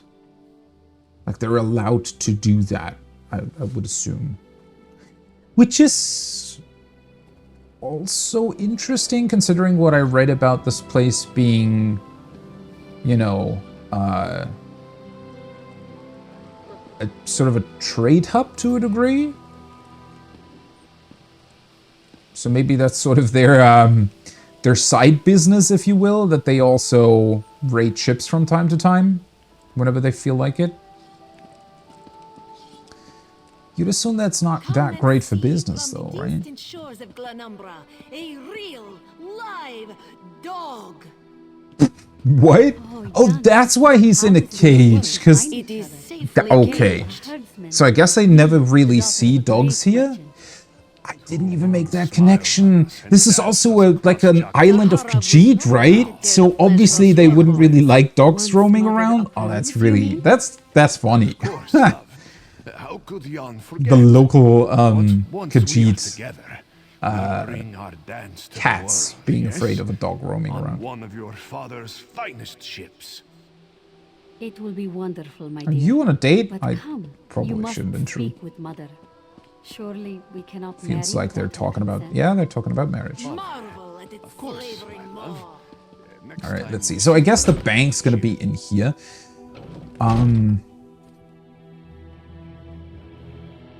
I mean, either they're making a ton of buck off of raiding ships, or the trade's going well. This place looks pretty beautiful, right? I mean, look at this. Holy shit. Seems like they're very rich. Okay, before I talk to the guy, though, there's a ton of books around, too. This is where the bank is? Yeah, all right. Just want to have a quick look at it. This one thinks you have come to make a deposit, yes? Guild bank. So I'm not in a guild, correct? So technically this shouldn't... Oh, it just... That's weird. This one... So this is my bank. Your bank stores items for all of your characters to share. Purchase more bank space. I find it interesting that they chose this, right? That because you can make unlimited characters, or not, well, not unlimited probably, but a few. I like it, but it is interesting. And definitely something that 14 could use as well. That things are shared across your characters. Purchase more bank space. To switch between crafting materials stored in your bank are pulled directly to you when crafting. You do not need to carry them to a crafting station. That is very, very good. Yeah, I have a lot of banked gold. So that's what I collected from all my other characters. I don't want to take that out right away, I think, just because I want to get a feel for the amount that things cost, right? And see just in general how much money you get, because I have no idea about that, obviously. I have a billion different consumables in here, though. Well, I guess that's just something I have to get rid of. Did somebody just fart? The fuck? What was that sound? That was in-game, though, right? That was weird. Yeah. Instant clothing research. Reduces each in-progress clothing research timer by 1 day. If research timer has less than 1 day remaining, it will be completed. That sounds very powerful, though. Imperial disguise. The fish still around. Couple of glyphs. Most of the stuff is for researching, right? Crafting motif, dark elf style. Used to add to your lore library. Used to learn the dark elf crafting style. Requires rank 1 of any of the metalworking, tailoring, or woodworking passives. Also teaches the equivalent dark elf outfit styles. So this I can just take out and use, correct? So let's just do that. I don't know why they're in here. Maybe I got them double on another character or something. Sip of health. Scales from over 1 to 9. Yeah, let's take those 2. That sounds like a good thing to have. Oh, see, these are different though. Soul gem, minus soul gem, empty, minus soul gem, common soul gem. They're for different levels. I wonder if they changed the system and but kept the old things around at some point, because that's almost what it feels like. There is a bunch of trash in here as well. Why? Trophy. Oh, these are treasure maps. Northeast Roost CE Treasure Map 1. There are 2 here. Let's take those out. Okay, yeah, that's all for the time being. Can always come back and deal with this later on. I just want to get rid of everything that's in there, you know.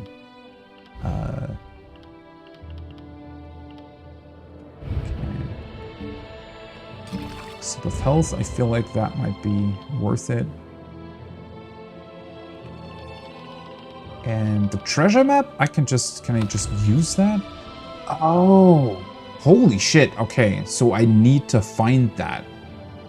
Just sort of by itself. Wow, all right. So there's an anchor on that picture. And this?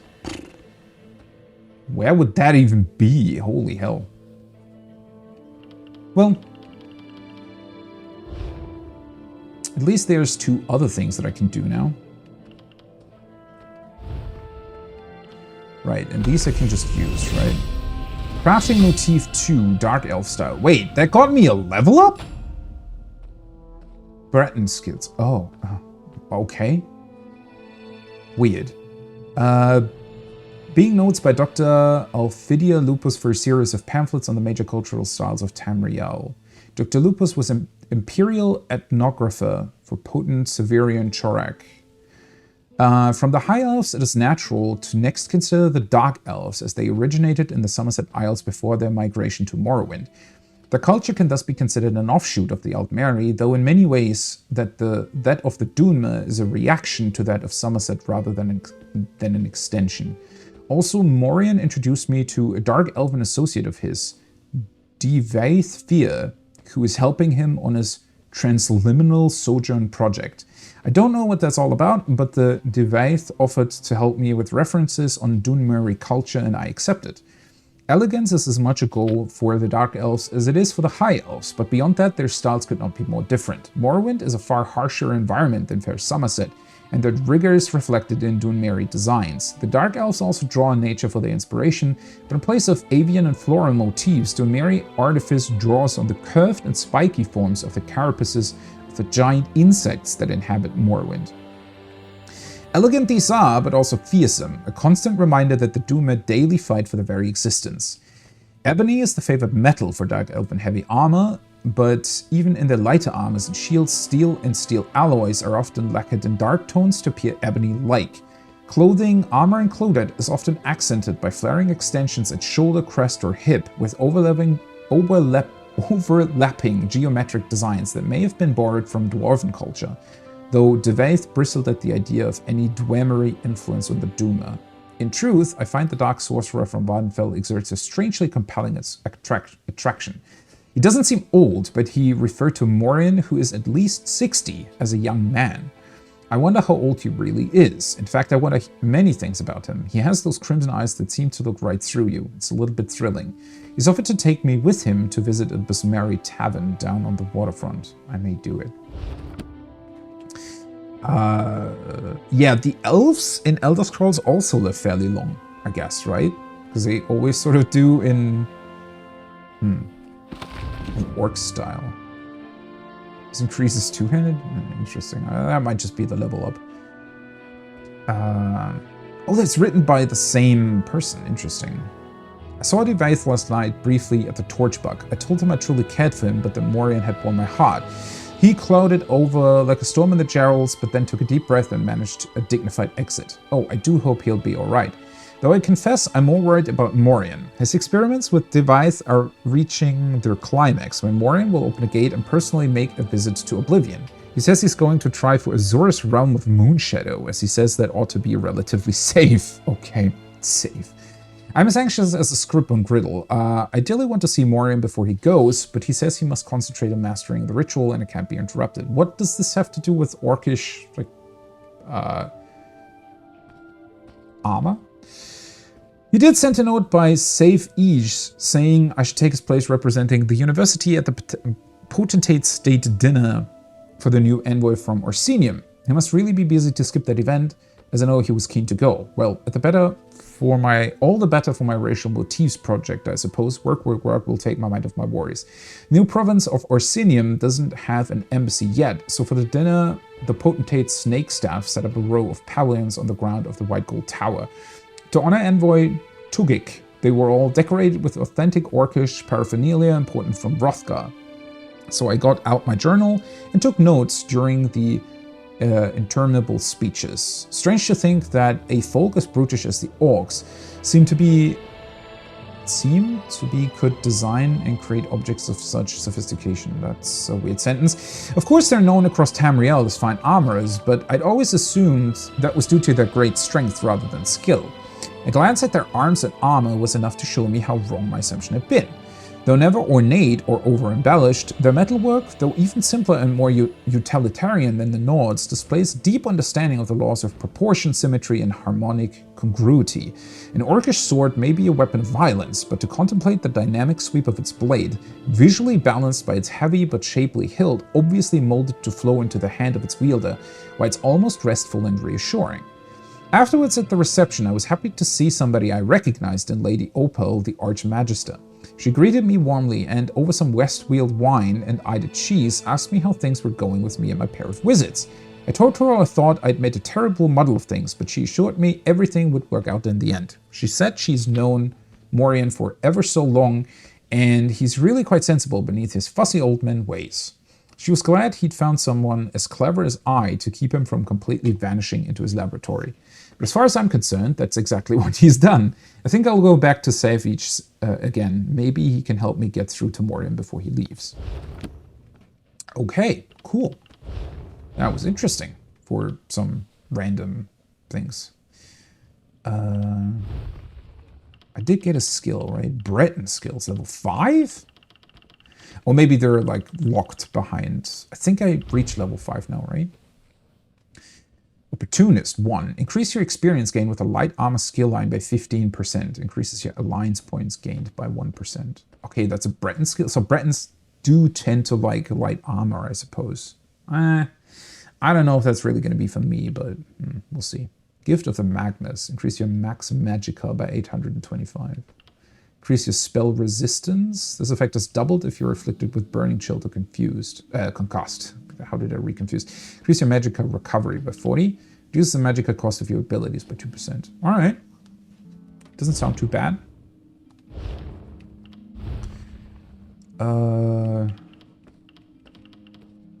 New level up. Level up rewards. Oh, wow. Ah, yeah, it says here, racial skill line. Each race has their own unique skill line full of passive abilities. I get 2 skill points. Item set health rings. Equip the set items in this box to gain bonus stats. Alright. It's so weird. I'm also pretty sure that other players will hear that too. So whenever somebody gets a level up, you just randomly hear somebody shout and clap. I mean, it's kind of funny, so cool. Oh, level 10 gets you the Dungeon Finder. Interesting. Well, I still think that I have more than enough magicka. Stamina hasn't been an issue, so let's just keep putting points into health, I guess. All right, 2 skill points. I could go with this, max magicka, but it's not really... Here I can just make the stuff visible, which I don't think I really need. I could do this, but considering that I don't really know how much I want to get into crafting at this point, yeah. Lumberjack Hireling. Legend Main. Reduce the cost of sneak. I don't even know how to improve this skill, to be honest. Heavy armor, constitution, health recovery. Well, I don't know what armor I want to go with at this point, so... What do we have here? Uppercut, slam an enemy with an upward swing. I mean, sure. Critical charge is very fun. What is this? Your light and heavy attacks damage up to 3 other nearby enemies for 50% of the damage inflicted to the primary target. So you just get a passive AoE? What the hell? I've been saying this for a long time. For Final Fantasy XIV, I actually think instead of constantly giving us different rotations for AoE, they should just combine that and things always be AoE. Though there are some problems with that. Or maybe make an AoE stance or something.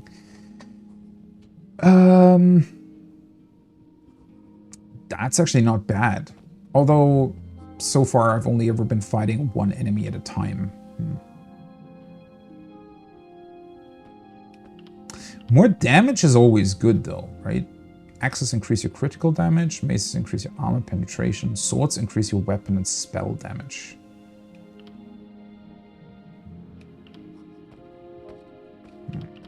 Yeah, so I cannot really do that. Is this good? Slam an enemy with an upward swing, dealing physical damage. This costs stamina.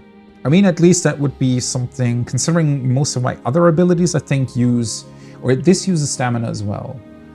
But most of them use magicka, right? So a spammable stamina ability might not be the worst thing. Let's keep that in mind.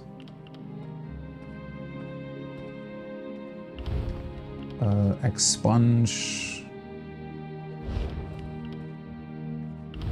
Bone armor. Wrap yourself in hardened bone, granting you major resolve. I do want to have this eventually, I think. Let's take a look at what we can morph it into. So we have Death Scythe 4. Can become either Ruinous Scythe or Hungry Scythe. Instant. Wait, what does it cost currently? Currently it costs magicka. Alright, so you can make it cost stamina. And it keeps the effects it had, correct? Dealing bleed damage. Oh, no, wait, it doesn't. So currently it's dealing magic damage and healing me. Oh, that's cool. And an additional for each additional enemy hit up to 5 times. So if I get that AoE skill, like the passive one, you can actually fight multiple enemies at the same time and heal yourself by hitting all of them at the same time. That's pretty cool. All right, so this new effect converts to a stamina ability. Oh, that's, now I get it. All right, so the first paragraph here is a summary of what it becomes. Deals bleed damage, applying the hemorrhaging status effect. Enemies hit are set off balance. Slice into enemy's life force, dealing bleed damage, applying the hemorrhaging status effect, and setting them off balance for 7 seconds. Okay. So does that mean they're completely stunned for 7 seconds, or what exactly is off balance? You heal health for the first enemy hit. Okay. So you can still heal. That effect stays. And Hungry Scythe. Gain a heal over time and reduces the cost as the ability ranks up. Dealing magic damage. You heal health for the first enemy. After dealing damage, you heal health every 2 seconds over 10 seconds. The healing of this ability scales up your max health. Ooh, that's a difficult decision. So The idea of setting them off balance is pretty cool, but I kind of want to keep it a magic ability, to be honest. I don't think, at least at this point, I don't really need the additional healing.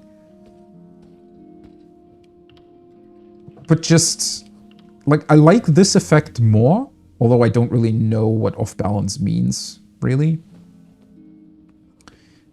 They're also bleeding though, so I presume that's going to damage them for those 7 seconds as well. Feels like the overtime effects are really short in this game, right? 7 seconds. Compared to 14, 7 seconds is really, really short. But then again, these effects are also way more spammable, right? Compared to 14. Thematically, I like this a lot more. I wish this was also a magic ability. But let's go with this one. I want to do what I like thematically. Hungry Scythed. There we go. And stays on R1 as well. I wonder if you can morph these again at some point, or morph them back as well.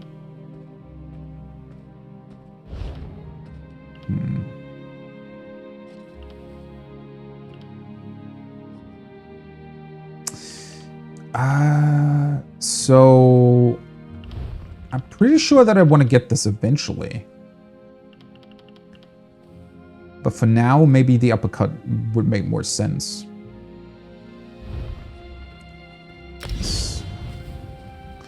So L1 is an uppercut, R1 is my healing scythe thingy. I have another healing on circle. I have the charge on triangle and my soul trap thing on square. Considering that the soul trap is kind of a niche thing, it's somewhat annoying that you need to assign it to a slot as well, right? Wonder how that's gonna go. Because having to switch your abilities every time you want to trap souls, that might be really, really annoying, to be honest.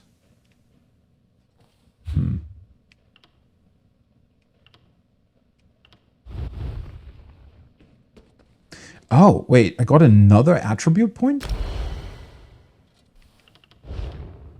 Interesting. Huh. Let's use this. Left ring of the broken soul and right ring of the broken soul. And if you have both of them equipped, you get maximum health. Interesting. I don't think I have a... By the way, what was the... Didn't I get another item? Or was that...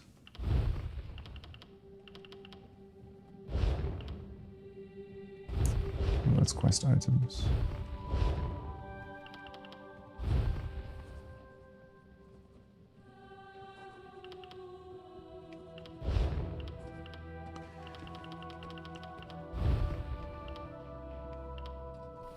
Okay.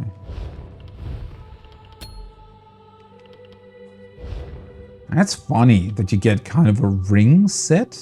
Very interesting.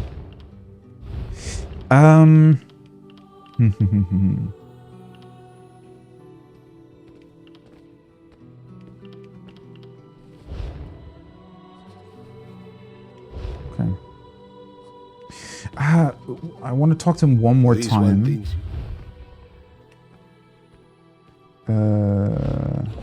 Deposit.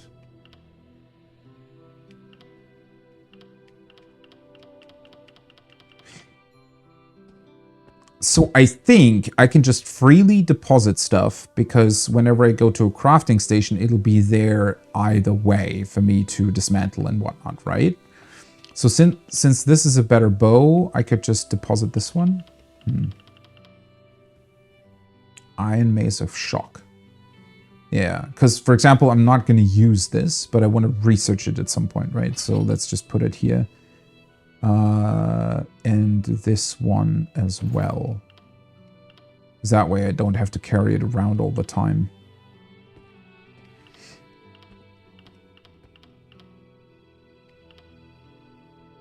This one too. Okay. Cool. All right. Bunch of logistical stuff done.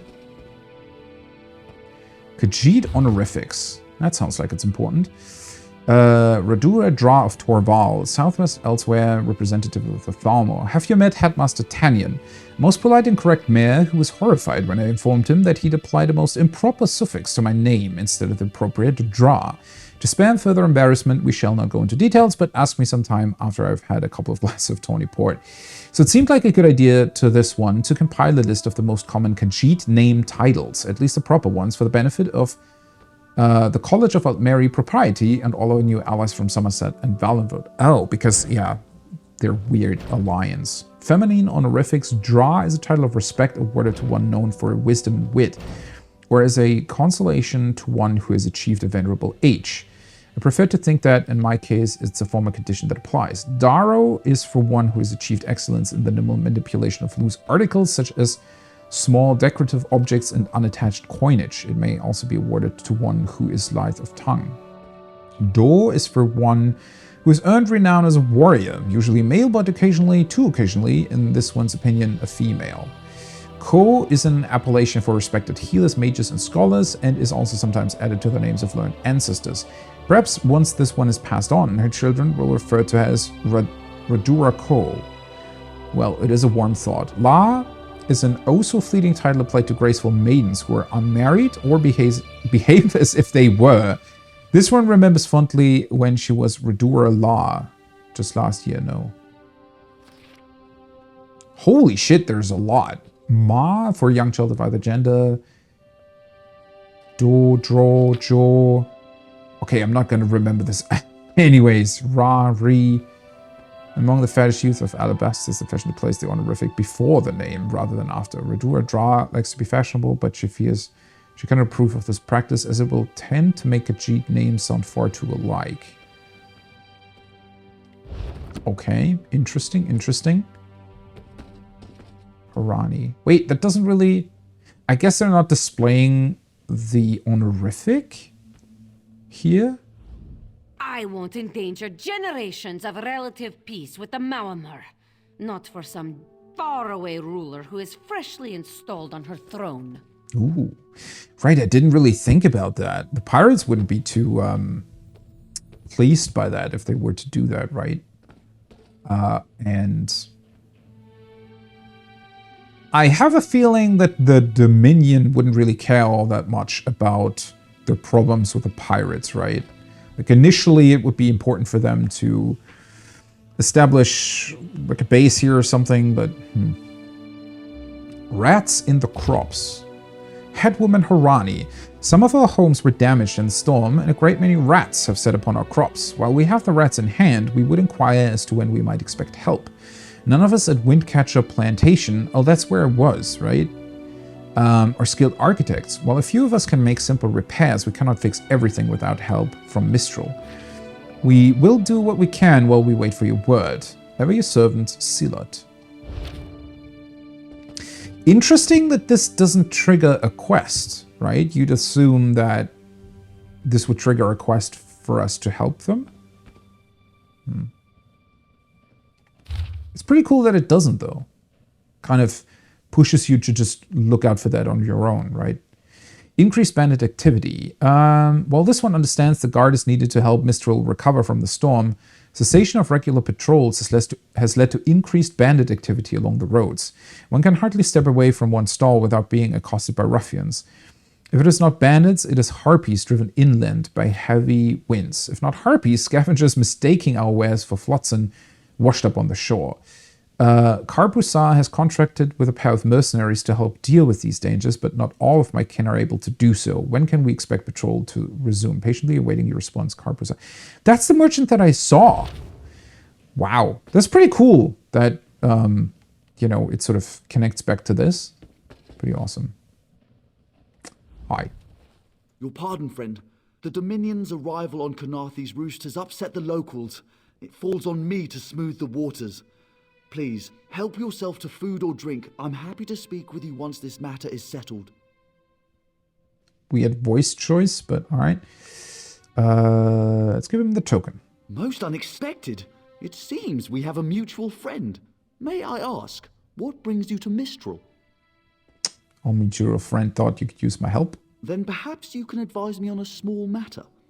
The Maormer have a treaty with Kanathe's Roost. This is nothing to fear. A treaty is something I can work with. Yet neither Ambassador Ulondil nor Headwoman Harani will produce a copy. What? Why not? Indeed, why not?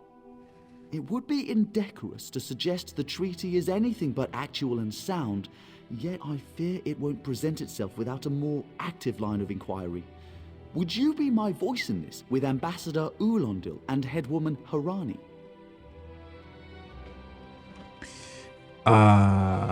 Wait, am I misunderstanding this? So the treaty is between... Is it between the Dominion and the locals, or between the locals and the sort of pirate thingies? Alright. Exactly. A chorus of requests may succeed in carrying the tune. Harani in particular seems eager to see this resolved, though I fear the Dominion presence binds her hands. But I'll leave you to it. Sometimes I wish you could sort of inquire a bit more about these things, because I feel like a couple of the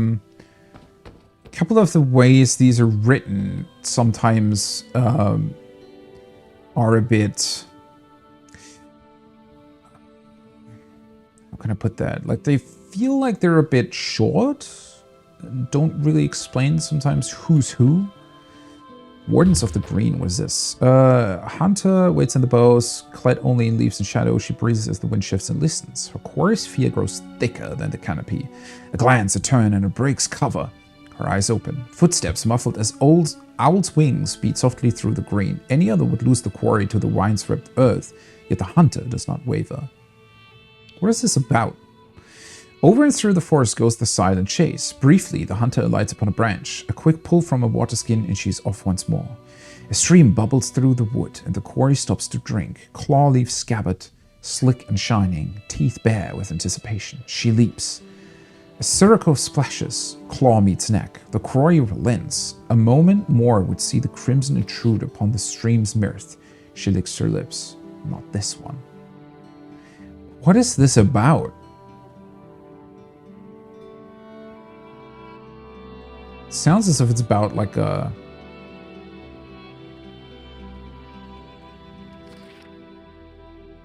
like a were lady? Who are you? The Green Lady? Wait, what? Wardens of the Green? Is this about you? No wine. Stringy meat.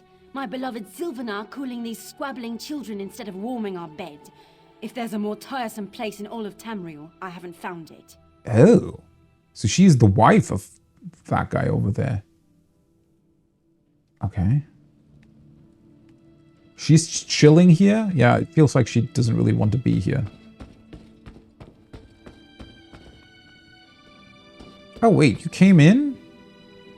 Oh, no, wait. Ulondil. That's not the same guy that was outside. Let's talk to her first. It's hard to keep track of the new faces since the hurricane, but I don't believe we've met. Welcome to Mistral. I mean, I just talked to you, but all alright. Be full of warm winds and soft sand. Sylvanar wants to see your copy of the treaty. That feels like it's a weird sort of thing to ask, right? Because if she hasn't provided that so far, why would she with another random stranger just coming in? And I told him. The mere act of doing so would complicate matters with our longtime Maormer allies. They take great offense to the Dominion's claims upon our island. Okay, I get that, but why? I feel like there's something in that treaty that the Dominion might not like very much.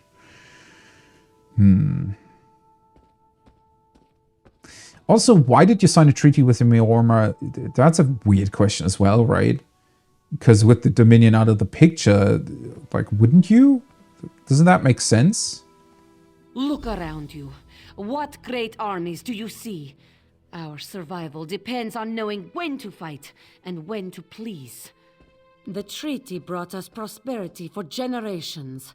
I will not be the one to break it. Sounds about right.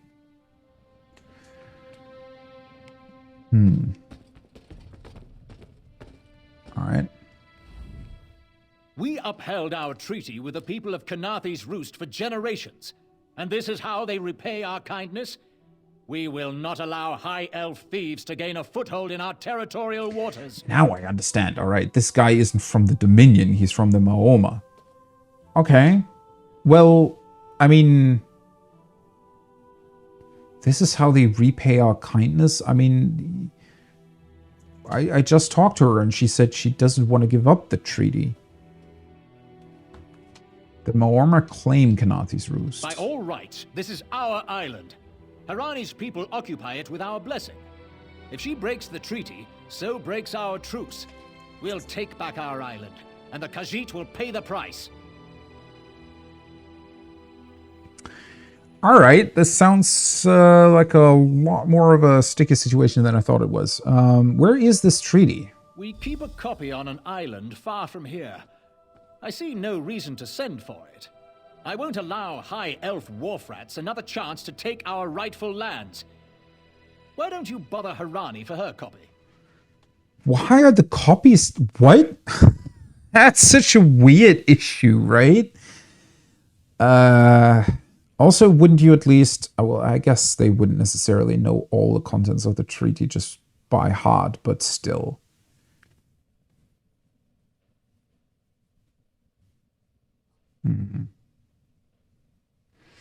Feels like a bit of an excuse, but then again, I get his position, right?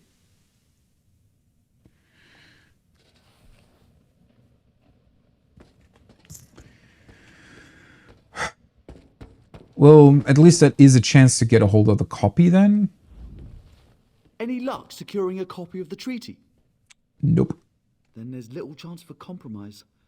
I'll call a break in formal talks until everyone calms their nerves. You understand the stakes, yes? It's why I ask you to take a more active role in locating the treaty. I don't do so lightly. What do you mean? I can't allow the Dominion's first act on Kanathi's Roost to be one of conquest. I understand our mutual friend prefers the rum served at a nearby tavern. Perhaps he would have ideas on securing a copy of the treaty.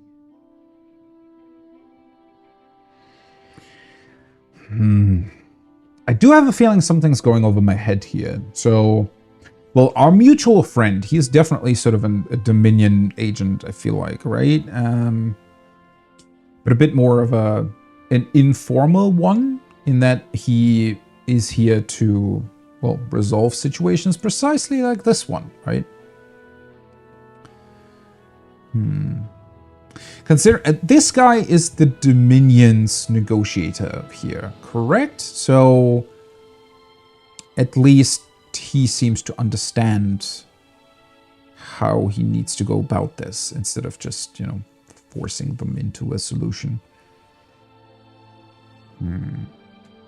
What's your opinion of the Old Mary Dominion?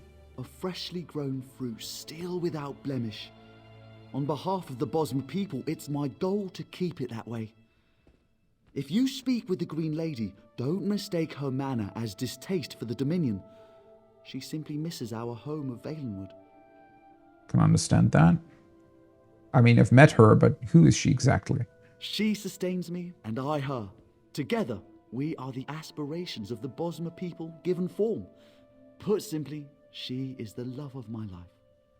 Also, she grows ill-humoured when I gush about her within earshot. I'd best say no more.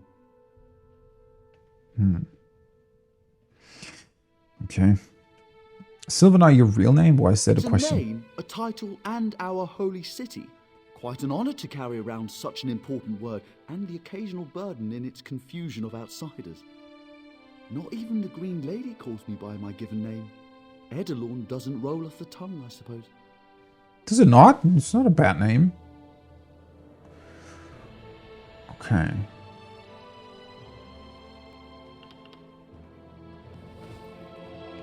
Huh. Well then. Let's see what we can do here, shall we? I could use a break. Once Mother approves, you mean? Of course, love. How could Jan forget? But once we How can this humble servant aid you?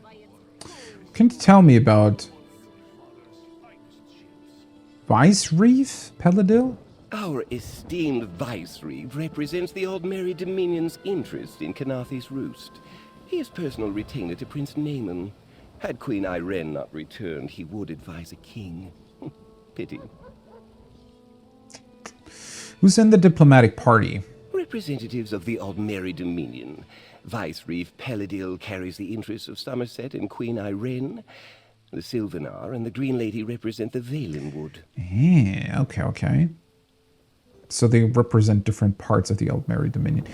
Oh, now I get it. Okay. So that's why this Paladil guy was so... Well, they're basically in sort of a similar position, right? Equals, if you will. Or equally representing the Dominion here, but obviously Sylvanar takes a much more quote-unquote peaceful approach, it feels like, to this. Why is Mistral so important? It's perfectly situated for naval stagings against Cyrodiil. Furthermore, our holdings depend on our naval prowess. If this island were left to its own devices, our enemies would find a way to use it against us. But such speculation isn't healthy. I mean, your enemies would also have to convince these... well, then they could just conquer, right? Alright. Barely contain its hunger. What? For 5 gold, gaze into its eyes. Peer into the face of death. Where did the Paladil guy go, by the way? Was he just standing here a second ago? Let me also take a look at, if I zoom out. Oh, that's where we are. Alright. Hand upon its fur. Feel the muscle of a true killing machine. Elsewhere. Come and Southern see elsewhere. from distant shores of Glenumbra. This is elsewhere, alright. Interesting. Do not remember that. Do not worry. It is safely caged. So... Dahara would not let it tear the we flesh are from pretty your far bones. south, which would explain the tavern. I guess it would be fairly warm here most of the time, right? And,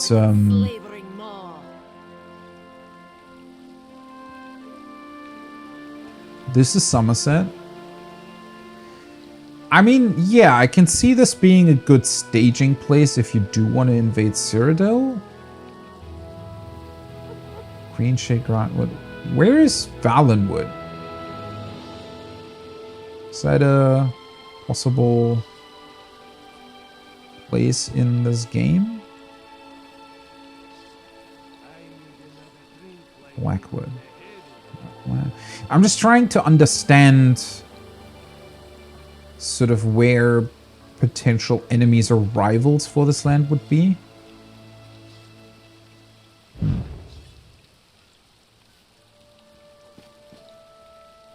Well, anyway, let's talk to Razumdar. Let's see what he has to say about this contract. Although then again, I mean, most of it has a roof over it, and if the rain's warm, then this could actually be pretty comfortable, right? If it's still warm, just sitting here seeing the rain outside. It's more of a tropical climate, probably, right? By its cold, oozing nose. You think this one drinks on the job? Good. Then so will everyone else. What is the word, my new friend? Sylvanar needs to see the treaty, but nobody will provide a copy. Ulandil certainly won't. His viper tongue is sharp. But Harani can't because her copy was stolen. Ooh. It only takes 3 drinks to loosen the tongue of the Chancery clerk, if you are curious. Huh. I like him. He's pretty quick-witted, I guess. Well, who stole the copy? A good question. Raz answers it with an interesting bit of trivia. Ulandil posted a guard at his quarters the day of the theft. His subtlety is rivaled only by his pleasant personality. Oh, and it's 5 drinks for embassy staff. 6 puts them out. Okay. Why would he steal the treaty, though? What? So maybe there's some sort of clause in the treaty that would put him into a pretty tough position for negotiating who has control over the island? Someone needs to slip into Marmor Embassy, find their way past the guard, and rifle through Ulandil's private quarters. Oh, and do it without bloodshed that could provoke war with the Marmor. In case he was not clear, Raz is talking about you.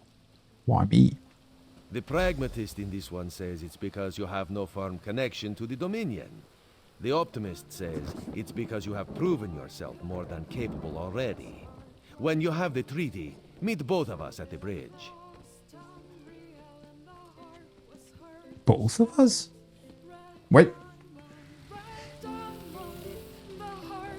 Software? He may be drunk, but Razumdar is one sleek walker.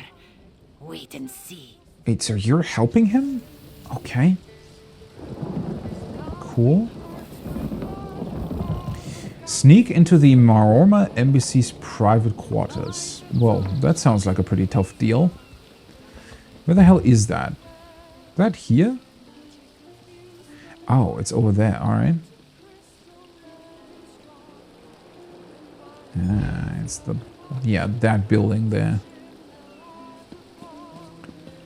Okay.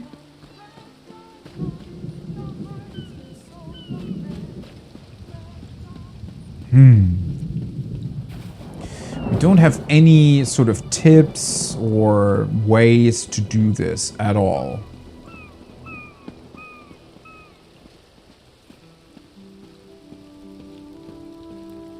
Do you care about me being here? I like their symbol. See certain thing.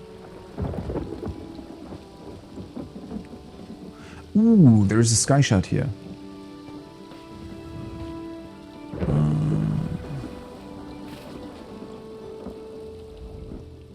It would be good to leave this forsaken rock.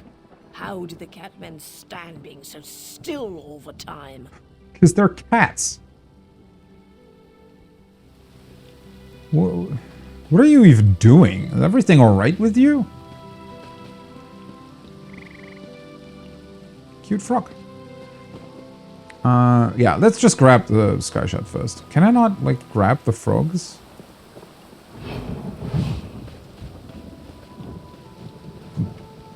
Let's grab the maple as well. Also, I should probably use another consumable. I don't think this is really worth it, but why not, right? I don't want, as I said, I don't want to carry it around for a billion years. Stamina recovery, magical recovery. Let's go with the tea first. There we go.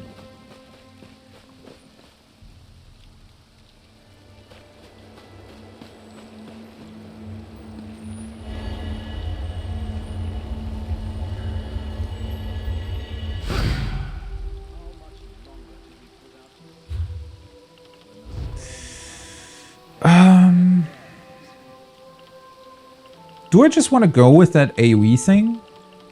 For two-handed weapons? Forceful. You light and heavy attacks damage up to 3 other nearby enemies. Sure. You purchase a passive ability. These are always active, granting you their benefits at all times. Passive abilities cannot be placed in the ability bar. Yeah, no shit.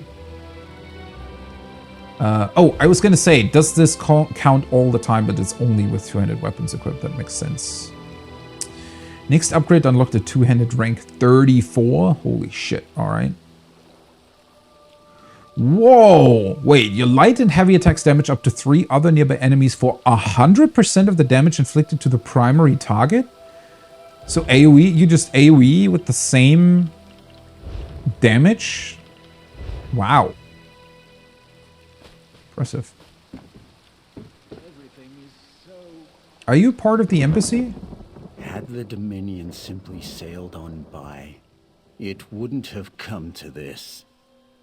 Whatever happens next is on their heads, not ours.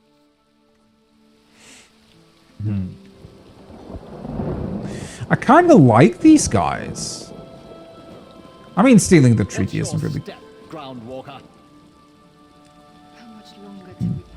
Comings and goings, records of supplies, dialogues between the Helm's Reeve and the ordinary envoys. The paperwork never ends.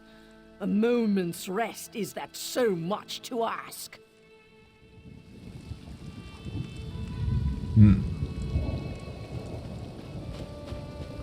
Don't cause trouble. I won't. I thought that maybe we could talk to them and, you know, try to somehow glean insight into how we could enter this place. I mean, I guess you would be allowed to enter. The problem's more on the inside, right? I wonder what Ulandil intends for these Dominion fools. If he has any honor, it will be nothing pleasant. Mark my words. Isn't the Dominion pretty powerful overall? Well, maybe not exactly here. But they're acting like they could, you know, like they stand a legitimate chance against them, which I thought they were more small. Ah, well, then again, it might just be their position here, right? That the Dominion wouldn't be able to quickly bring forces here. Also, it's still kind of... There's still the lingering question of why they perished here in the first place, where I feel like... At first I thought it was just the pirates summoning up a storm, but maybe they were supported or had support by the Moama to do that?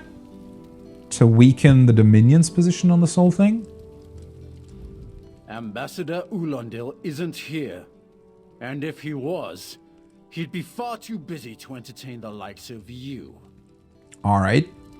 Well, they're not the most pleasant people to be around, it seems, but I don't know. I still kind of like them.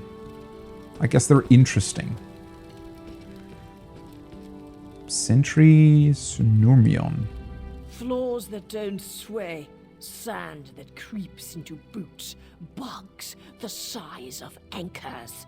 May the gods see me posted to a proper ship. Okay, cool.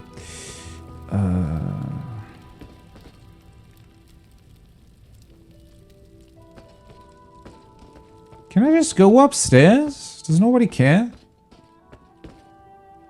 Ooh, where's that? Oh, it's where I currently am, right? The northern part of the island.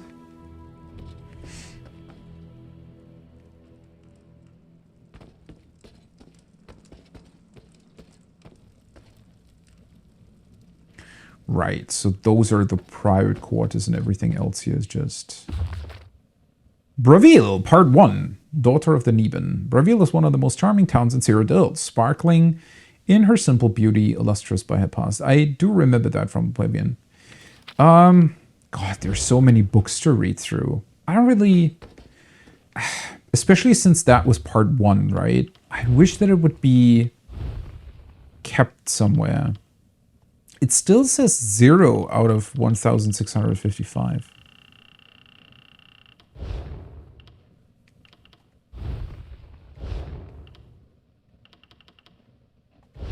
Yeah.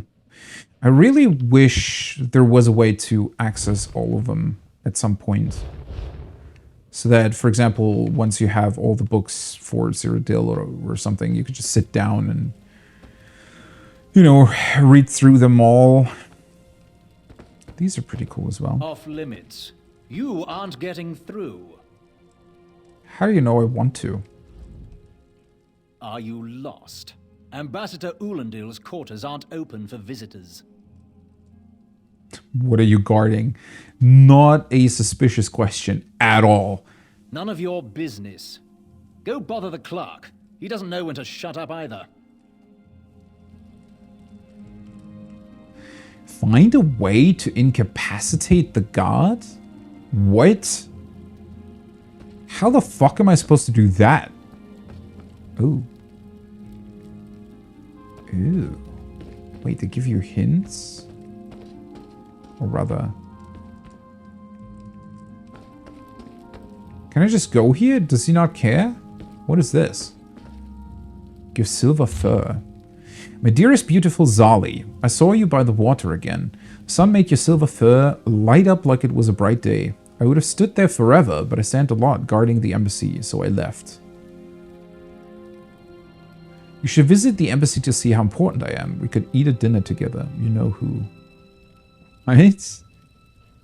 What kind of weird love letter is this? Especially with how important I am. Are they all so full of themselves? The fuck? Forge a letter for the god.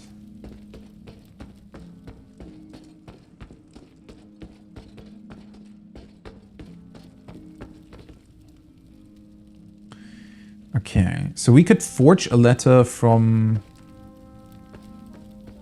his, like, loved one. Servant's clothing. I could... That's not suspicious at all, right? If I just take that here.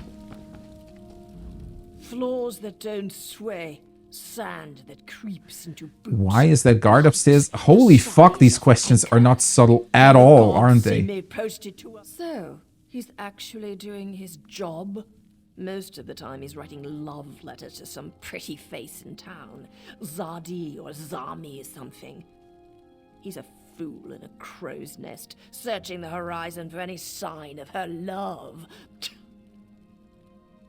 Are you jealous? Okay. So... Does that mean that I should talk to that Zami girl before writing a letter? Ambassador Ula, Why that's is it? what I've been wondering. He spices his rum with moon sugar, you know. I'm sure one of the servants brings it to him. If I catch him sleeping at his post again, I'll inform the ambassador.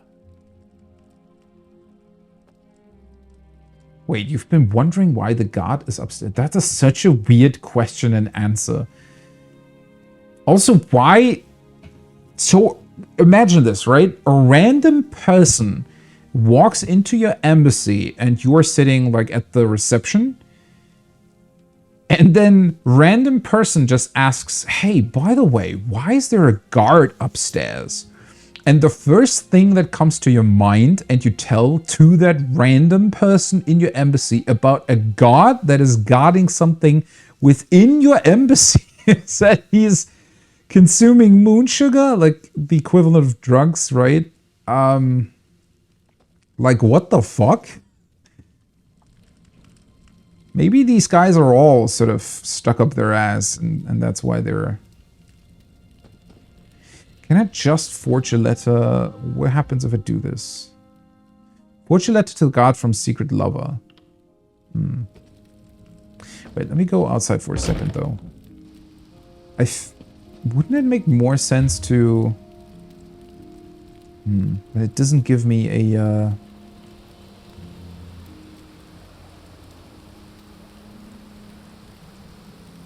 Wait, it says enchanting table here. I didn't see that. An alchemy station? Oh, maybe it didn't walk all the way over there? Should probably go back there. Yeah, it doesn't show me a quest marker. Because I was thinking that maybe in order to forge the letter, I should maybe imitate her writing a bit better or something. But it doesn't really seem to be the case. Should I...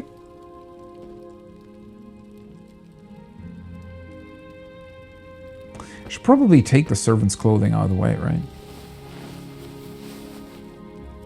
Moon sugar. Small amount of moon sugar in a paper pouch, known to cause drowsiness in some people. Oh, so I can make him fall asleep as well.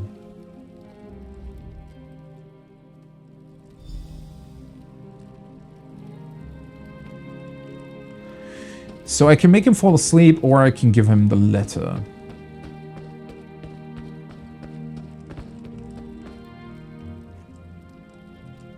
Let's try the letter first. Are you lost? Ambassador Ulandil's quarters aren't open for visitors. This letter arrived for you. What? Give it here. She wants to meet me? Now? Out of my way. He just believes that? Seriously? Okay. He's not not the brightest person, right?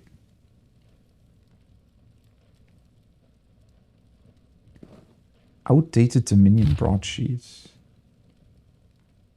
Oh, it's the same thing that I saw lying about. Anything else interesting? Wardens of the Green.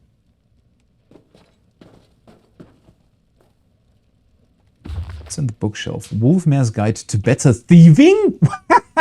What? Why is there a guide to thieving in... Okay. Well, that's not suspicious at all. Alright, the treaty. Whereas the citizens and leadership of the sovereign island of Kanathis Roost recognize the capability of Maormer enforcement squadrons for acute destruction and wish to establish a peaceful and fiscally advantageous accord, whereas both parties acknowledge that the creation of terms for a mutually beneficial treaty is desirable and necessary, and that the involvement of outside military or political bodies would be materially detrimental to both the Maormer interests and the trade profitability of Mistral.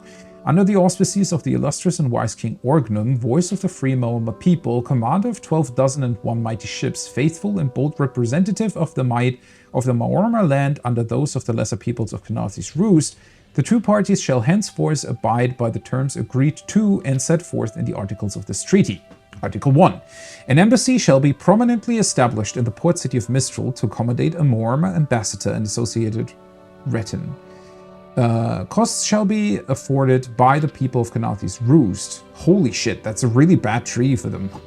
Who agreed to supply a personal staff of no less than 15 servants, finely woven tapestries depicting the generous and wise Maormer people, personalized and embroidered cotton bedding, and a stock of local and imported liquors. Alright, so these Maormer, they were kind of interesting to me at first. They're losing me a bit here. Not in terms of being interesting, but they're really stuck up their ass, aren't they? All individuals and organizations wishing to engage in commerce via the port city of Mistral must henceforth be registered and obtain official rights of passage. Alright, that's fair. Registration fees are to be determined by the ambassador on a ship-by-ship basis. Alright, so they can just take as much money as they want. Those who refuse such fees will be treated as enemy agents and are subject to confiscation of materials and imprisonment under the auspices of Maormer law. Maormer leadership reserves the right to inspect any vessel in the port and surrounding waters for any reason and to confiscate any goods considered contraband. Maormer enforcement squadrons shall not perpetrate unprovoked acts of aggression towards merchant ships in or around the port city of Mistral, and likewise shall not interfere with approved trade affairs. Alright. Okay then, so at least now the locals get something out of this. So they're kind of putting themselves under their supervision, yet at the same time it's also kind of protection, right? Which I guess makes sense. Any current prisoners of the two signatories shall be released immediately upon the signing of this treaty. Said squadrons shall act in self-defense and under reasonable suspicion of activities of enemy agents. As recognition for Maormer non-interference, 15% of all registry fees and excises shall be rendered unto the embassy on the 15th of every month. Yeah. Okay, so sort of protection for the port. Which I can see that being a good thing for them, right? Because if this treaty is active, and so they can kind of treat in peace for the most part, right? They're not at risk of being attacked by them or like forcefully taking over this thing. So even though they have to pay them, you know, if it means that a lot more ships are coming through, then overall they're going to make money. And considering the state of the town, it does look like they're doing pretty good for themselves, to be honest. A joint holiday shall be established to commemorate the signing on today's date. Such holiday shall be afforded at the expense of the people of Mistral to demonstrate peace between the parties and adherence to the treaty. That could be a 50-50 thing though, right? This celebration shall be named Serpent's Glory. Okay, so the serpents are always... That is really, really interesting because the pirates that we saw, right? They did something with the serpents. Huh. And on this day, Maoma, dignitaries and selected mermen and others of note shall be invited to the island of Kanathi's Roost, feasting, music, and revelry, and the parties come and succeed in accord. Which is cool because that probably brings a lot of trade to the island as well. Addendum 1.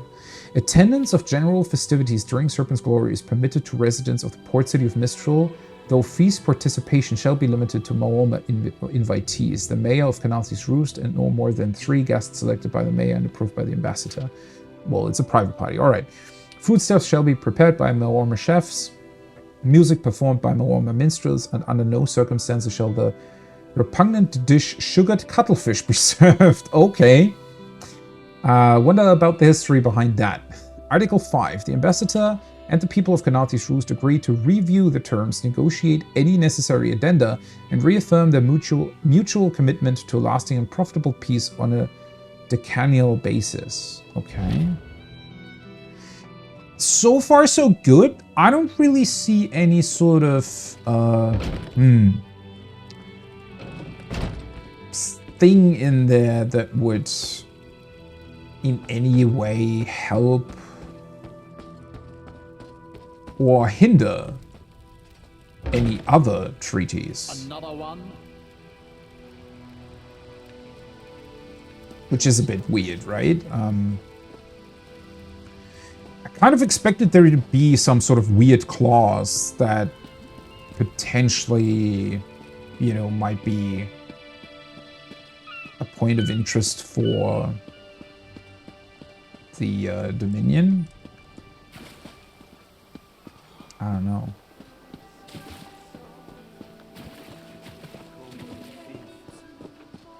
Wait, where the hell did Razumdar go? By its cold, oozing nose. Let me check out. So, where the hell did it say the crafting table and whatnot was supposed to be? Oh, it's all the way back there somewhere. Okay, that's weird. Let's just go there real quick. I just want to check out alchemy and the what's it called? Enchanting? Oh, it's in these buildings over here. Oh, so it is behind here. All right. Yeah, that makes more sense now. Bit of a weird walkway, but all right. I wasn't always a beggar. Can I? All right. For a second, it looked like I could talk to them, but apparently not.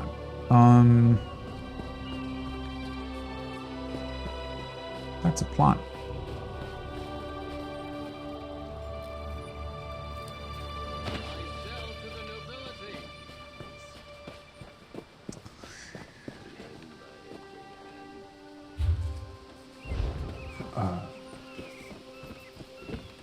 Oh.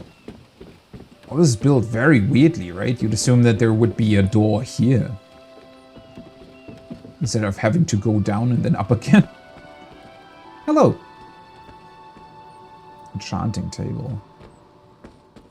Enchanting made easy. Anyone become an enchanter. It doesn't matter who you are or who you were. I spent 20 years pulling fish from the waters of Black Marsh before stumbling onto the world of enchanting. If a former Argonian fisher slave can figure it out, so can you. Alright, find runes. Years ago, I noticed glowing runes when I fished in Black Marsh. At first, I thought they were wisps. You're most likely to find them in dangerous places, so be careful. Look for the angular stones where the runes sit. Red aspect runes remind me of fish. The minnows are plentiful, but don't have much flesh on their bones, while the old grandfishes are the rarest, but the richest catch. What a weird, okay. Blue potency runes make me think of a fish's flavor. So it's red, blue... Hush, Navimel. You must not speak of a host so. Red, blue, and green? Someone may be listening. Okay, so green is the element. Blue is whether or not they're good or bad. And red is the rarity. Okay. Some people ask me why there are runes scattered throughout Tamriel, but that's a question for the Mages Guild. I've never asked where fish come from, just where I can find more of them. I should mention I can't actually see colors. If you're like me, you want to look for the brightness of the rune. Aspect runes are quite dim, potency runes are bright, and essence runes will vary. Okay, so essence, as I mentioned, is the aspect of it. The potency is okay.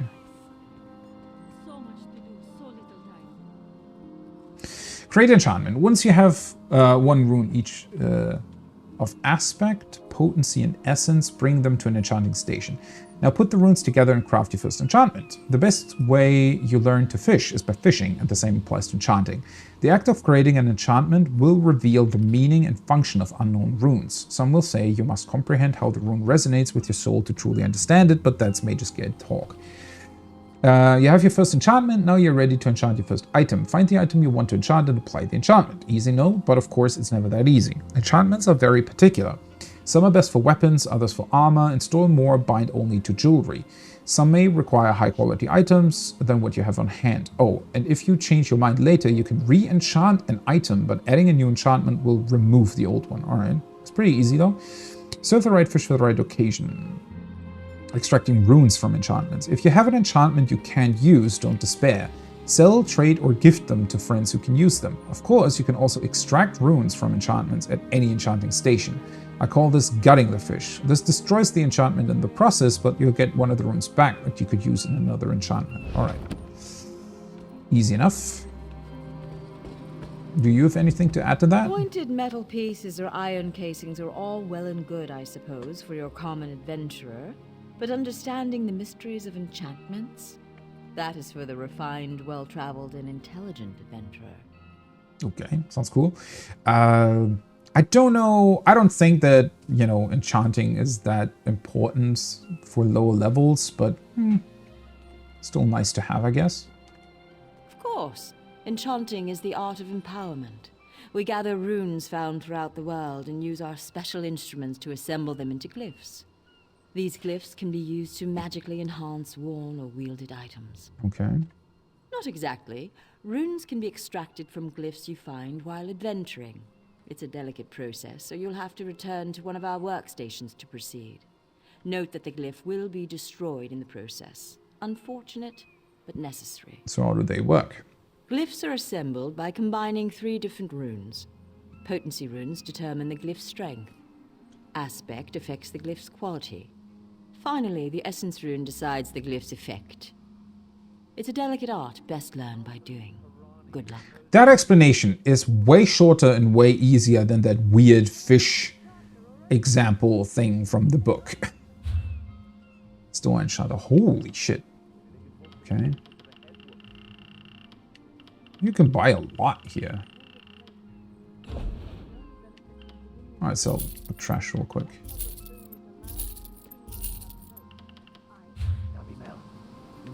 Alright. Keep your claws in.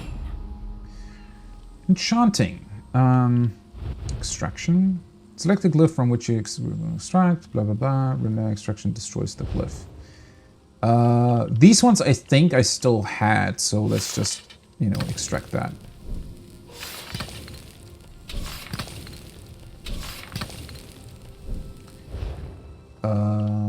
Praxis? The fuck is that? Creation. Add 1 rune of each type. Remember, crafting unknown runes allows you to learn. So, yeah, these kind of work like alchemy, I think, in that you need to learn their effects, right? And since I just have all of them, let's just do as much as I can, and then, you know, it's gonna be fine. Oh, wait. Potency improvement. I'm missing the first one, though. Well, that's unfortunate.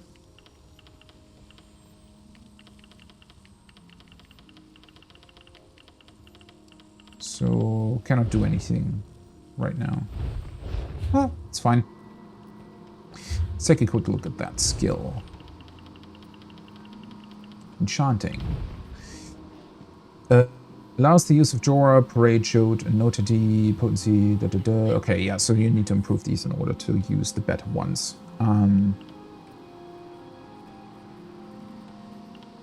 And then you go offline, a hireling will find runestones for you.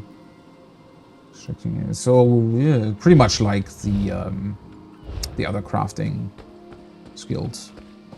All right. Let's take a quick look at alchemy as well. Outfits. Wait, there's an outfit station here? What the fuck does that do? Dye and... Oh, okay, dyes. The clay color and copy color. When you unlock a dye, the icon in front of the dye. Okay.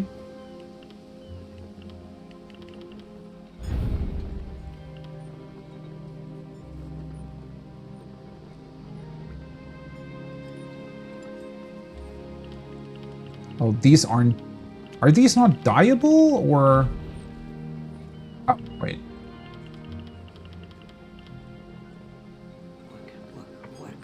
Oh, okay. Ah. Ah, that's cool. And this doesn't cost anything? I guess once you've unlocked the dice, it just... stays with you, huh? That's pretty awesome.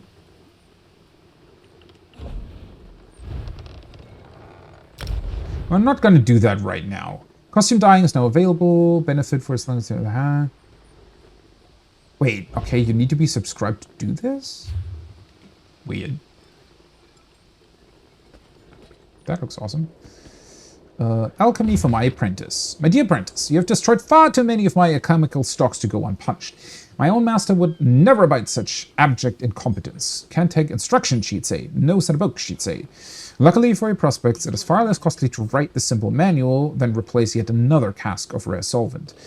If you lose this manual, as I know you will, don't despair. I have invested your annual stipend towards printing multiple copies of this book and distributing them far and wide.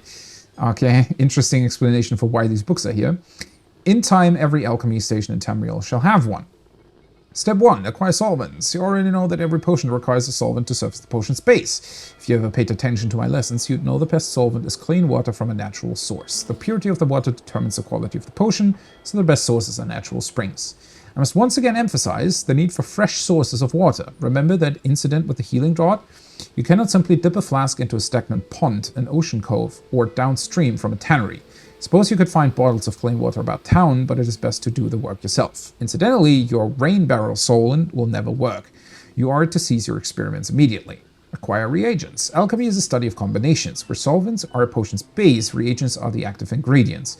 Each reagent bears 4 unique traits. I'm disinclined to explain the principles of quadratic amalgamation to you again, but do try to remember the basics. Match like with like. Henceforth, you are to find all reagents in the wilds, not in my laboratory.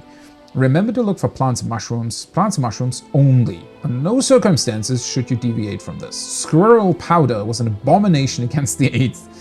Furthermore, I must remind you to thoroughly clean both mortar and pestle after their use. Bring a solvent and 2 reagents to any alchemy station. Different reagents are required. A fact that I must stress once again. Combining bugloss with bugloss gets you nothing but foul-tasting water. When you have what you need, put them together and craft your potion. Reagents with positive trait combinations will produce helpful potions, while those with negative trait combinations can cause harm to whoever is foolish enough to imbibe them. If none of your reagent traits match, you lose both solvent and reagents. Experiment with different reagents to see what you can produce. I'll leave it to you to determine their traits, but will remind you that adjusting a reagent can teach you its most basic trait. Just one, don't gorge yourself. While I recall of it, did you expect I wouldn't know you'd finish off the Nern route? I could hear your teeth singing, and there's no way to hide a glowing chamber pot. Okay. Advanced. Only when you master the basics of alchemy should you think to complicate the process. Through careful study, you can learn to suppress negative traits when crafting potions, craft multiple potions from the simple set of reagents, or even combine additional reagents to produce more powerful potions. But for now, not poisoning yourself is the goal I'd most like you to achieve. I've always been a fan of how they do alchemy in the Elder Scrolls games. I think it's very interesting and quite fun to do. It's not the most, like, gameplay-wise, it's sometimes a bit weird in the single-player games as well. It's sometimes difficult to even get the potions you want, never mind finding ingredients for it. And then, yeah, it's a bit of a weird one, but the basic principle I've always been a fan of, right? This idea of every ingredient that you find has four, what's it called? Four, sort of attributes, and by combining them or just simply eating the ingredient, you can find out what they are, but not, you know, immediately. You actually have to experiment a little bit. Yeah, the sort of overall concept I've always been a big fan of. It's just that I feel like in execution, or rather in terms of what the potions then actually do and how important they are for gameplay, they've never really been able to translate that super well, right? I felt like, especially in the single player games, potions varied wildly between most of them being completely useless and some of them being incredibly overpowered, right? I mean, there was even a bug, I do remember, or not a bug, but a sort of a glitch in Skyrim where you can... Wait, how did that work? I think you could find, like, armor that made you better at alchemy, right? And then you could craft a potion that would make you better at crafting armor.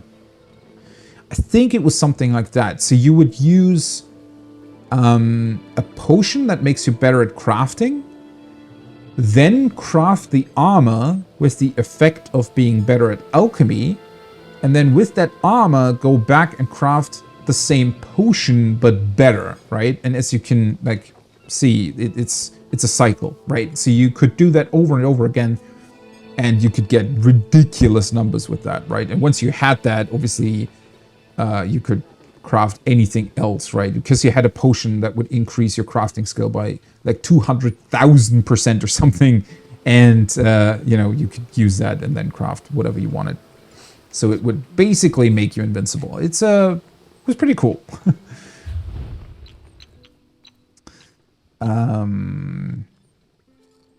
Yeah, I think I kind of know how this works. Creation. Let's just craft a couple things, shall we? Just level 3. Let's do a couple level 3 potions here. Do I just want to combine like anything, or I hope it shows you whenever you've already tried a combination though.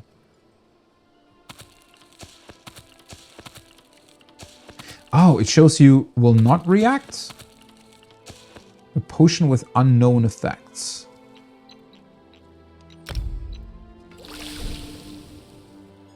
Trait discovered. Right. Nice. So it does show you. That's a bit weird. Okay. So you don't really have to experiment. It's just that you don't really know what it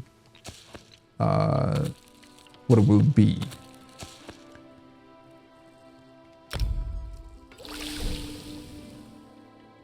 Okay.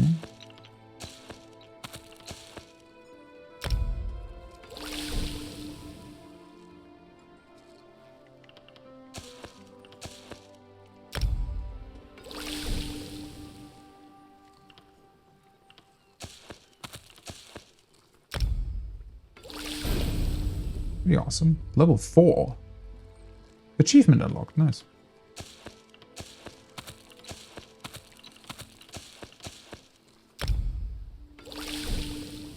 Okay, cool.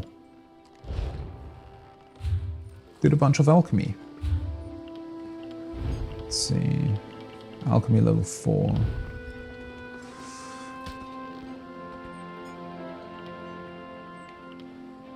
You do have to do quite a bit of alchemy to actually get the next rank of this, right? Rank 10? Only 4.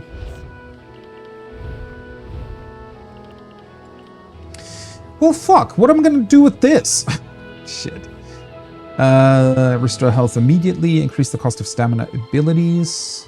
Because these are fairly short, right? Major Prophecy, which gives you spell critical rating for 10 seconds. I wish they would be worth a bit more, because I don't think I'm ever really going to use them. I mean, I can, but well.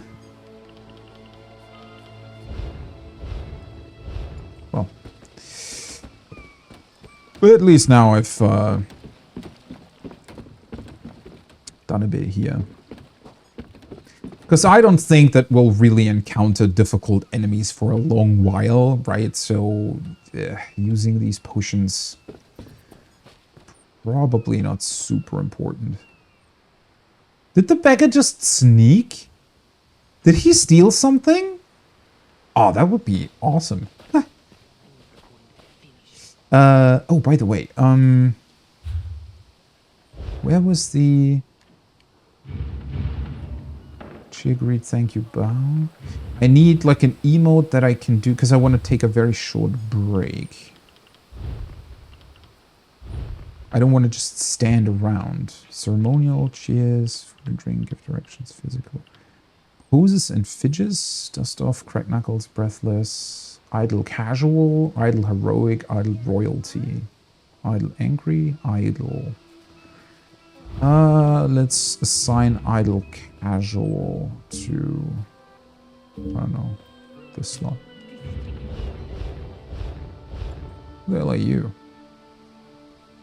I am unused to begging, but with so many mouths to feed, what choice do I have? Oh, but really sorry about that.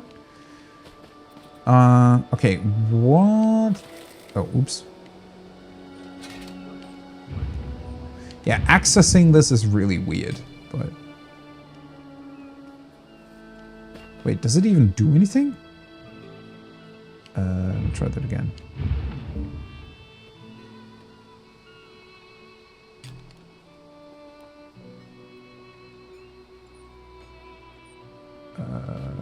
It's weighing? Oh, for fuck's sake. I don't want to... this is so annoying. Quick slot waving tools. Yeah, that's not what I wanted to do. Okay, is like the emote just weird? Idle angry, idle heroic. Sick and stretched, tilted, Walleen, white brow.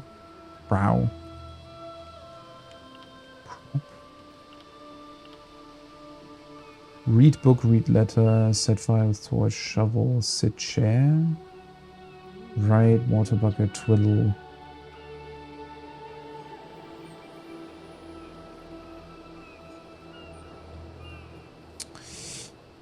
I guess I'm just gonna read a book whenever I'm... Because idle casual seemed weird.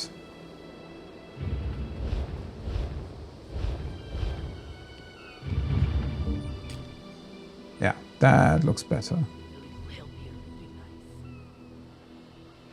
Well, now it's on screen though, but whatever. That'll be fine. I'm gonna take a very, very short break and be right back. Alrighty, there we are. Let's continue this. So, yeah, as soon as I move, I stop reading. That makes sense. That's good. Alright, let's finally continue with this quest. Let's see what Razumdar has to say about it. Where the hell did he go? Oh, there he is. Just casually chilling on the bridge. Hello. The spring in your step. Did you know a sense of accomplishment can alter one's stride? You'll learn to notice it in others. I have to say, I'm a bit disappointed that there's no other way to do this. It's kind of fine, but it would have been cool to have a legitimate, quote-unquote, legitimate option for this quest, right? Where you don't have to steal the treaty, but... Oh well, there you go. This Sylvanar is certainly being watched by the Maumar. You should inform him the treaty is safe. He will know what to do next.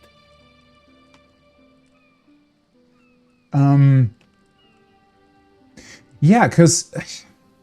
So I wanted to play a sort of morally ambiguous character anyways, but in terms of choices, the game doesn't really give you one. I guess you could just choose not to continue the quest, right? You could just go somewhere else, do something else.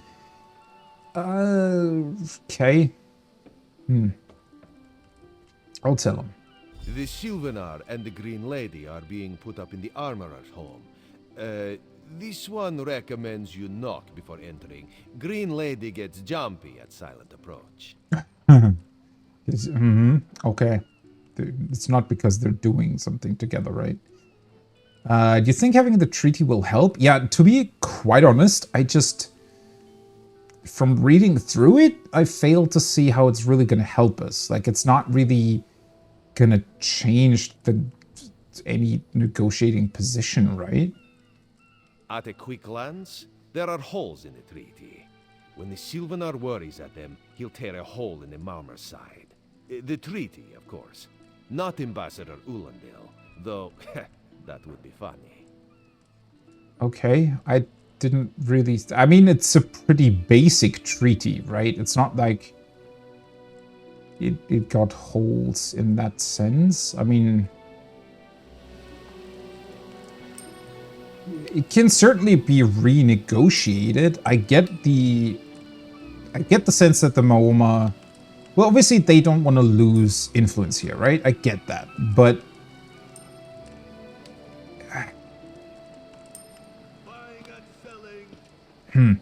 I don't know. It's a bit of a weird one. Wait, so he's up there? Don't be shy. You want what we're offering, don't you? Then talk to Huthak about the secret ingredient that makes his there you are. so devastating. The Sylvanar's inside resting. You have 5 minutes. Okay. She's pretty... Well, I guess we know who... what's the saying? Well, who's the, you know... Who has the leading role in the relationship. Oh, this is weird. Why does this fall off so much? This looks like it's breaking at any moment. I guess the two have kind of finished their business. Ladrula's house. Do we know who Ladrula... Oh, boy. Did not expect that. Poor guy. He's just dead? What the fuck?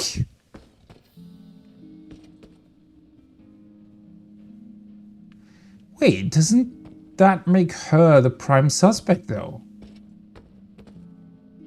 Because if they've just had, you know, intimate relations in here.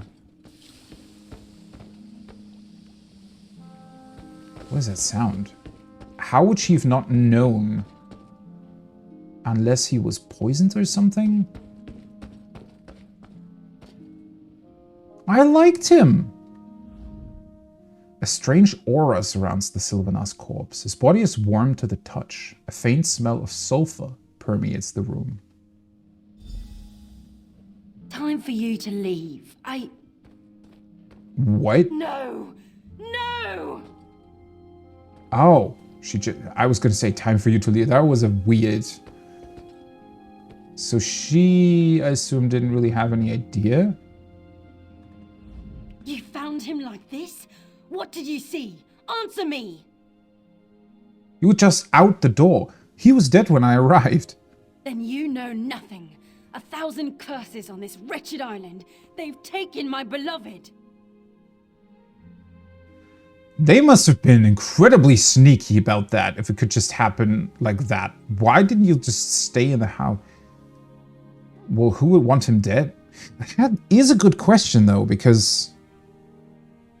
I mean, he's also a representative from Valenwood, right? Doesn't this immediately cause pretty big trouble when it comes to diplomatic relations between a lot of people? None who'll survive the day. I am the unerring bolt. Once loosed, I cannot stop till I pierce my quarry's eye. Harani knows her own city. If she won't tell you who did this, I'll shorten her tail until she does. Now go! Go! Now I do feel sorry for her. What's with this weird aura, though? Sulfur. Shouldn't we kind of, you know, look at the crime scene and see whether or not we can find something? I mean, there is another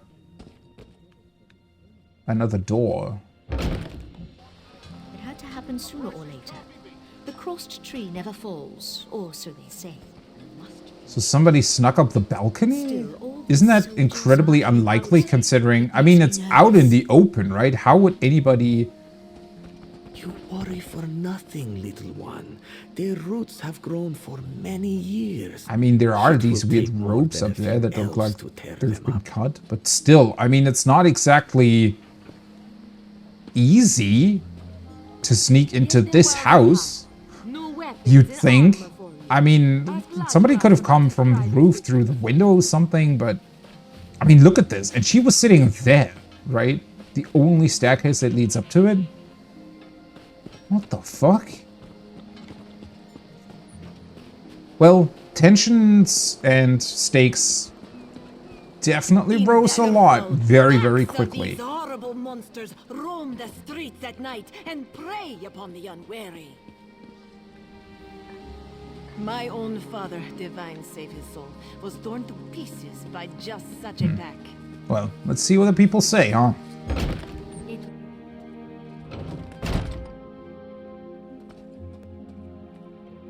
I don't think these two are really getting along.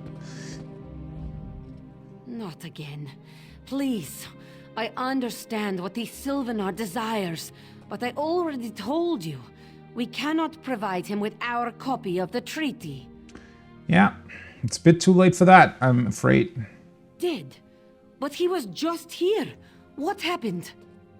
The Green Lady suspects murder. Yeah, no shit she suspects murder. He wouldn't just fall over dead with weird aura around him. How awful. Who would harm such a peaceful creature? He was probably the most sympathetic person here, so yeah. It's hoping you could tell me. My guards saw nothing. We doubled the watch to ensure safety. I cannot abide the Sylvanar's murder in my town. I'll shut down the port if I have to. None sets sail until his killer is brought to justice. Green Lady is still... I mean, I wouldn't necessarily suspect her. Because she doesn't really have a motive to kill him, I feel like. But... I find it strange, because she also seemed very capable, right? So I find it strange that nobody would have known... Unless he was poisoned, and the poison...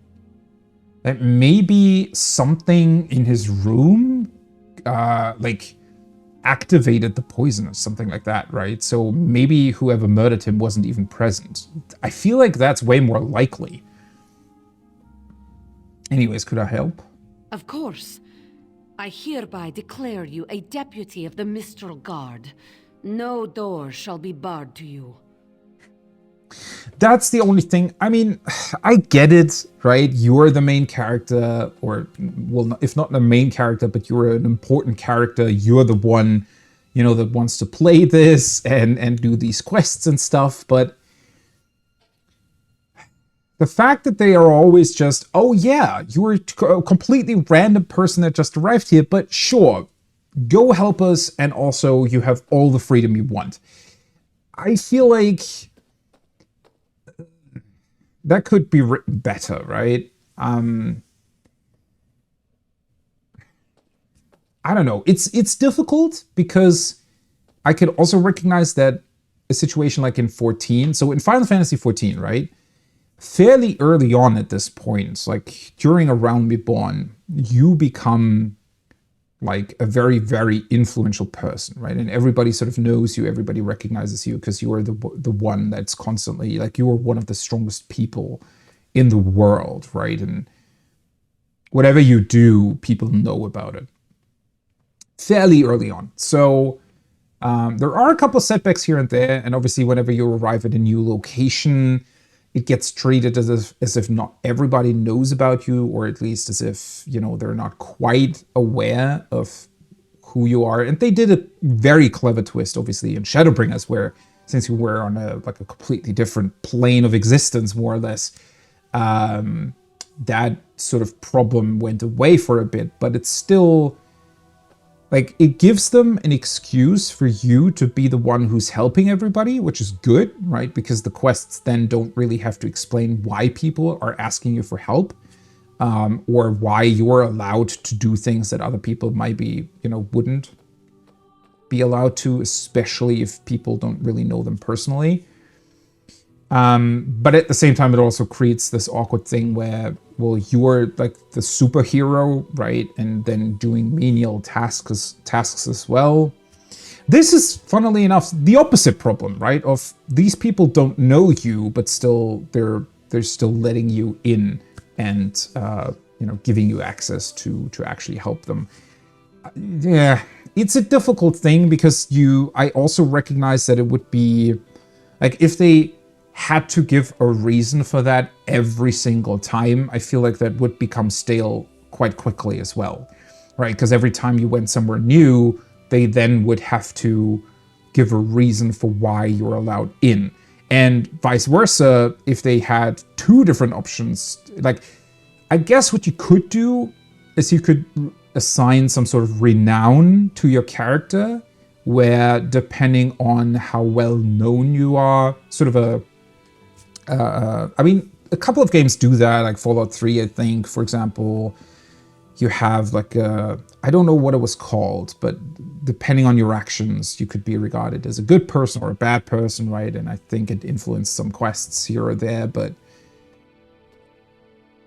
a system like that is notoriously difficult to implement because it has to make sense, and every single interaction basically in the entire game then has to have different outcomes or different approaches depending on how your character is viewed.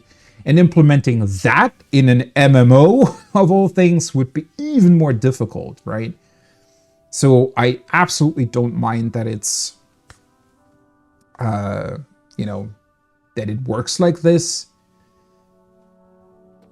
Yeah, it's fine, right? You can, like, ignore it, but it's fine. On my desk, you will find the most recent reports from the Mistral Guard. You are welcome to review them for any inconsistencies that could lead to the killer's capture. The Sylvanar murdered? These treacherous Khajiit have plotted with the Maormer to slay our noble envoy. How dare you! The Sylvanar was our guest. You go too far, Vice-Reeve. Outrageous! More Dominion treachery. I will conduct my own investigation. No sea rat will show me up. I'll get to the bottom of this myself. Well, at least they're all competing to find out the truth. Yeah, Paladil... That's not really gonna help your case, mate, if you're just immediately, you know, accusing the people you're trying to negotiate with of murder. Especially her. Like, him, I kind of get, but she's the one you're trying to get to an agreement with, right? Whatever. Haranis report. Incident 1. The apothecary was acting suspicious. Wouldn't look me in the eye. Probably sold ointment for the pox to my cousin again. Did not pursue. Alright. That already sounds... Because there was clearly some alchemy involved, right? Juraria? Heard strange noises in the warehouse next to the armorer's shop. Investigated, but found no sign of anything missing. Did not pursue. Armor shop. That doesn't really sound connected. That Maoma captain threw a beggar of the Serpent's Kiss. Said she caught him poking around below decks. Her ship, her rules, did not pursue.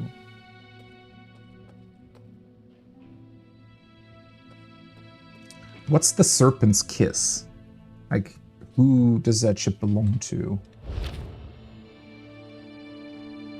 The Apothecary is definitely the best lead, I would say. So let's start there.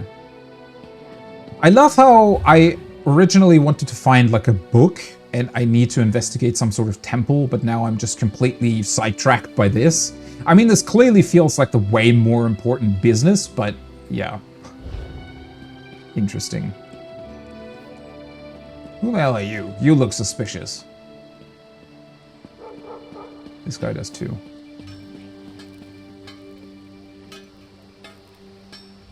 Hush! This one is busy.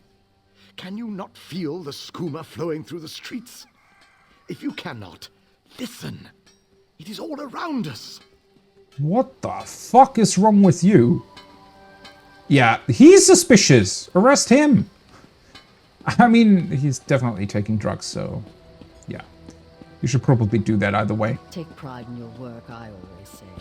Can you not feel the hatred that Apothecary? That would be where the alchemist's table was, right? only contain its hunger? I think. Let me double check. That's the ship. That's the armory. Yeah, it's exactly with the... Okay. Let us go there first. I've never known such fear. Yeah, the beggar constantly steals something from the shop, I think.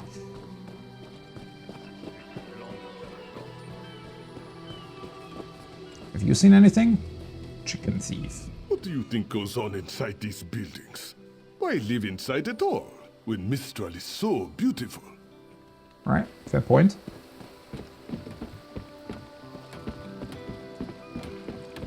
I could use a break.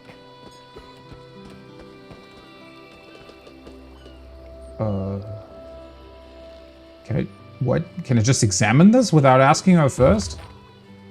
Mandrake Roots 2, paid in full. Daedra Heart 1, new customer, paid in full. Daedra Blood 10 drams, new customer ordered but paid in full, name refused.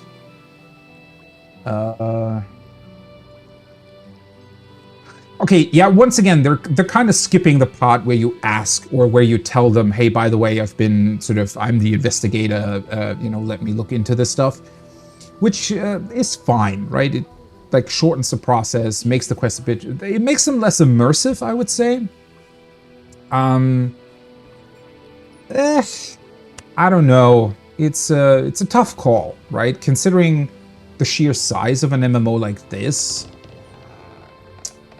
Yeah, I don't know. It's probably awkward either way. I don't think that there's like a perfect solution for this unless you have like super, super advanced technology behind it. I don't know. Sulfur. Okay, it said sulfuric, like, that's what it smelled like, right? 5 cakes. New customer ordered but paid in full, name refused. So it says name refused. I like that the ones where it doesn't say name refused, they don't give a name either. Oh well. Darrow. No order, customer suspicious, report to guards, question mark. What is Darrow? Soldier's pollen, 15 grains, paid in full. Fire salt, 8 grains, ordered for Jurara, paid on delivery. Daedra blood, 10 grams to customer ordered, but paid in full, name refused. A lot of people ordering Daedra blood. Okay, chicken feathers, Daedra blood. Okay. So the Darrow was a suspicious customer, but somebody who was about to murder somebody and actually bought their stuff legitimately, more or less, would want to, you know, draw as little attention as possible. So I feel like the sulfur, that's our lead, right?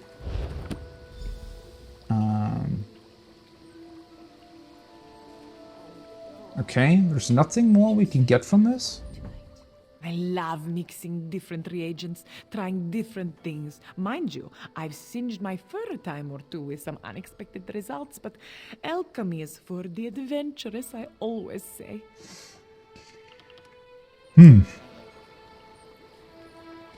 I wish we could have asked her about that. I feel like that's a bit sort of... that's not much to go on, right? It might be that all 3 incidents are connected to the murder, though. Hello. Get off my ship before I throw you off! I need to get into your hold. And I need a new rigging and a serving wench. Too bad for us both.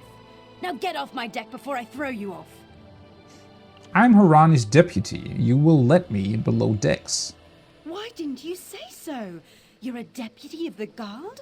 The same guard whose authority ends where my ship begins? On the dock or in the water? Your choice. Lie? I'll leave. So I can just sneak in, alright?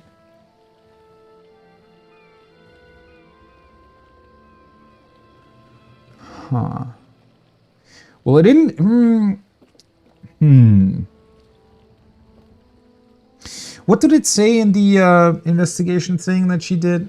Fuck, I forgot what it said about the ship in the first place. Somebody... Doesn't it say something about, like, somebody snuck onto the ship and was then thrown off? I don't know if I want to risk...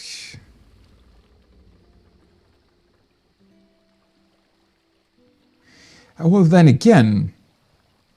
I mean, there's nobody who can really arrest me, right? So if I'll lie and just sneak into the ship, what can she do? Let's lie. On your way. And don't bother my sailors. They know I'll turn their hides into sailcloth if I catch them shirking.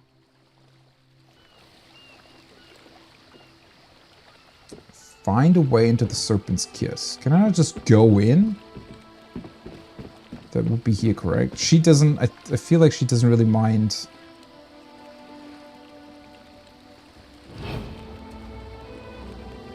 Is this locked?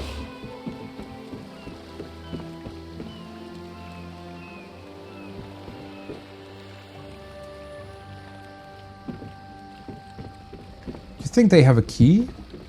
What's your step, Groundwalker? I've always loved the, like, sneaking in these games. Okay, I can't steal from them. That's unfortunate. Because it's not necessarily unrealistic that they don't see you, but obviously they would know that you're there, right? Because they've seen you be there, so...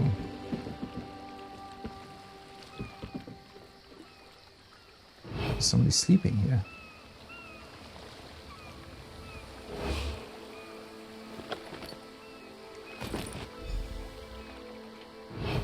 There we go. I don't know who saw me apparently while I did that, but sure. Yeah, it's a bit... These things are a bit weird, right? She is standing there, she said, get off my ship, and we're still roaming around here. Again, we can sort of, you know, suspend our disbelief a little bit and say, well, she doesn't really see us, or we're sneaking here, or whatever. It's not perfect, but... I really don't mind either way. And these guys, do they not care that I'm here? Another one? I guess they just think that I'm supposed to be here? I don't know. It's a very friendly rat. Why do they never run away? Alright. Don't cause trouble. Sure. Poultry. That looks really cool.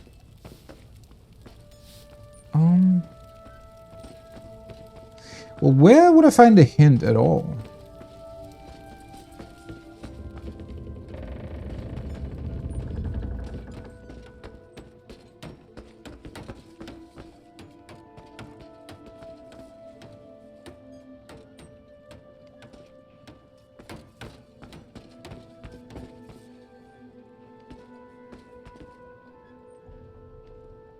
Loose hatch?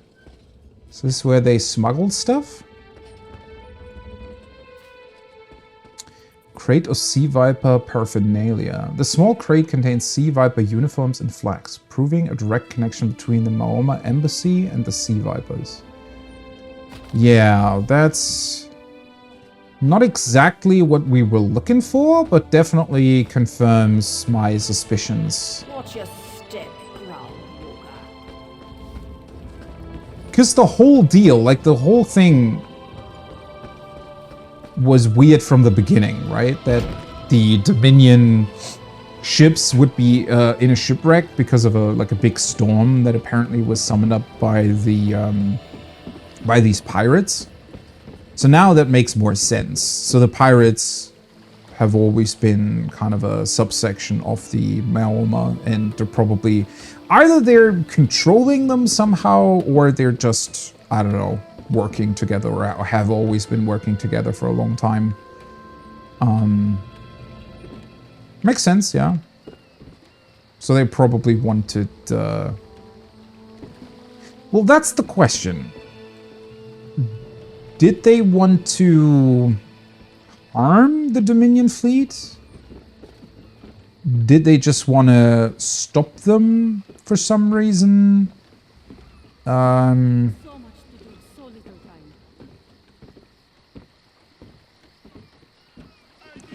I mean, I can definitely see that obviously the Dominion fleet being shipwrecked brings them in a much worse position when it comes to negotiating about who has control over this island.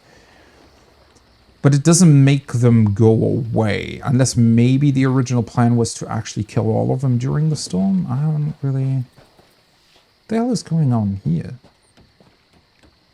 Hurricane assistance and salvage. To all citizens of Kanath's Roost, the Dominion's gold fleet suffered extreme losses due to the recent hurricane. In this time of need, please do what you are able to aid the survivors. Hosting Dominion soldiers. If you or anyone you know are capable of hosting guests, consider opening your doors to Dominion soldiers in need of shelter, rescue and recovery. If you encounter shipwrecked survivors capable of moving on their own, direct them to Temple of the Morning Springs.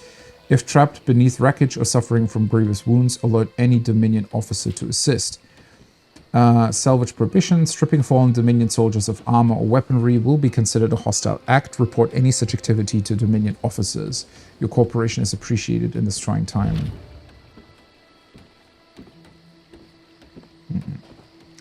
This has been thrown away, though, right? As if somebody either was fairly furious about the fact that this was ordered, or they didn't want other people to read it. Doesn't seem like I'm getting much done here. Where does this go? Cat's Eyes Quay. Oh, that's like the further bigger part of the harbor, I guess. There's always more to do. Right. Which one's the warehouse? It's over there, okay.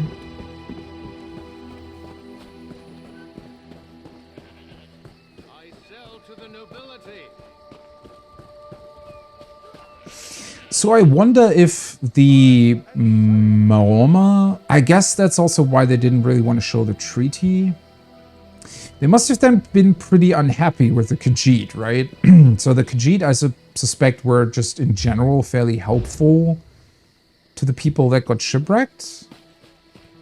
And I don't think that the Maoma really liked that all that much.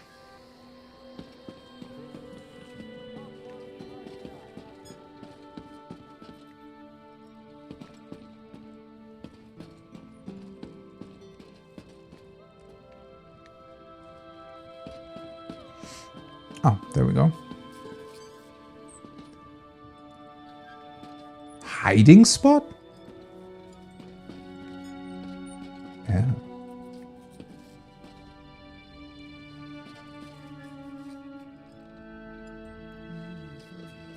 Perfect. As good a place as any. If that clerk has any sense, he'll find it. Okay. Well, that looked like somebody who potentially killed the guy, right? Unwelcome visitors. We assume the first anchor chain is cut.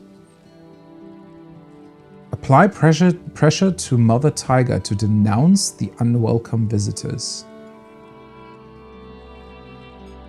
First anchor chain? Meaning the person that got murdered? And Mother Tiger would then be the... I forgot her name. Hibani or something? Denounce the unwelcome visitors. We observe unwelcome visitors recovering from the storm. Cut the second anchor chain immediately. Watchful Serpent remains offshore. At the signal, we shall prepare the tempest. Okay. And by the second anchor chain, I presume they mean the other envoy, right? The one that was accusing the Maorma embassy guy of murder. Harani. What did I say? Habani?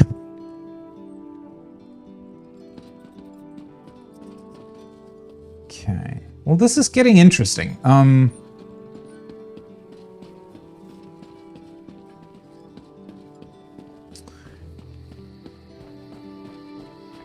I'm wondering what we're gonna do with this. Aw, what's with the cat? Killing the Sylvanar was foolish. The Green Lady and the Sylvanar shared a life bond. She has little time to avenge him before she too will die, and the Green Lady is a most dangerous creature. But then, you have that spring in your stride again. What have you learned? Wait, they shared a life bond? I was gonna say it was pretty dumb not to kill her as well, but maybe they knew about that? What the fuck? Why did they... what? Why did they share a life bond?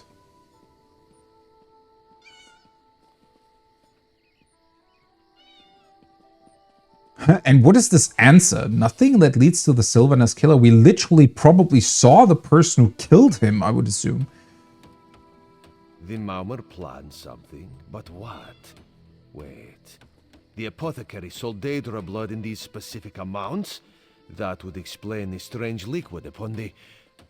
oh no. Bright moons, no.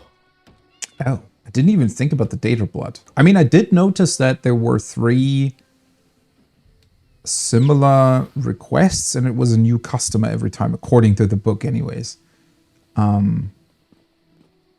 What does the Daedra blood do, though? This is a sample of the vile cloud from around the Sylvanar's body. Bring it to the Green Lady. Tell her it killed her beloved. As for the rest, Harani will see what you found. We must move like Kenarthi herself is at our backs.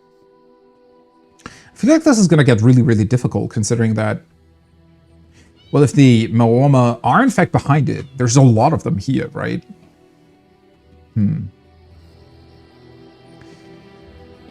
Where did she go? She's still sitting up there? Also, isn't the murder scene, like, being watched over or something? Or I guess she does that. She's angry. The killer will share the pain my beloved's death has wrought. Hand down the throat, a kiss for my wrist. Hand on the lungs, a kiss for my arms. Grasp, tear, yank, and one last kiss for the killer's own heart. Now, what have you found? Interesting speech there. This is the poison that killed him. No poison in all of Tamriel could harm my beloved. But this scent was on his body. Why is it out here as well? I can see it, leading away into the heart of this wretched city.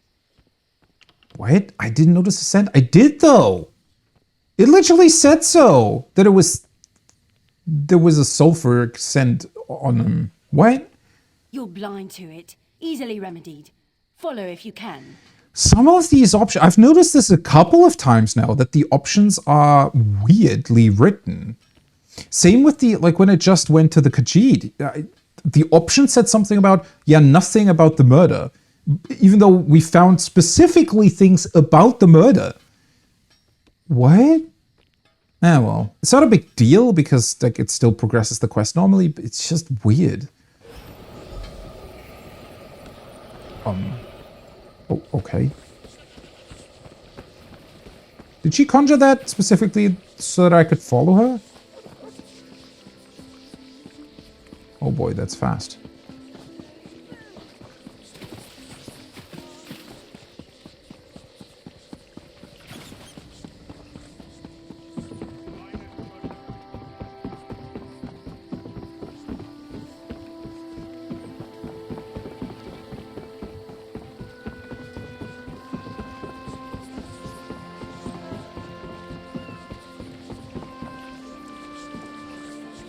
Whose house is this? Oh, it's an abandoned house. It's interesting because I obviously came by it when I entered the city. What the fuck is going on? Ritual focus?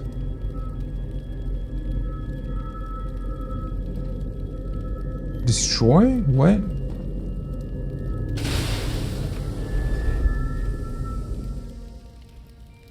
How did we do that? What?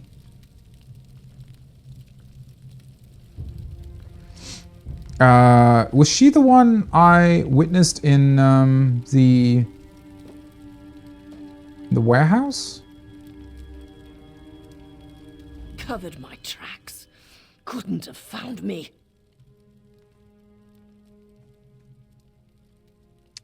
Yeah, well, obviously I did. Or we did, rather. Did you kill him? I followed his orders. Daedric poison for the wood elf and his mate. I followed his orders.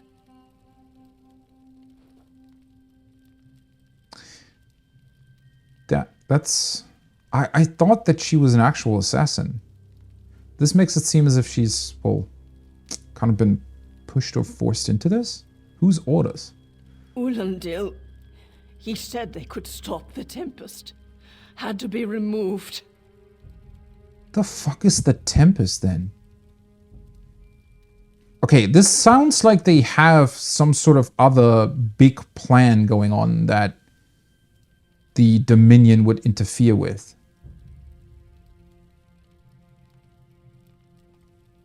I've heard enough. His orders. Had to follow his orders. There. You did what you had to. As did I. Yeah. I mean, it feels like she was a kind of a puppet, but then again, she did kill a person, so... You know.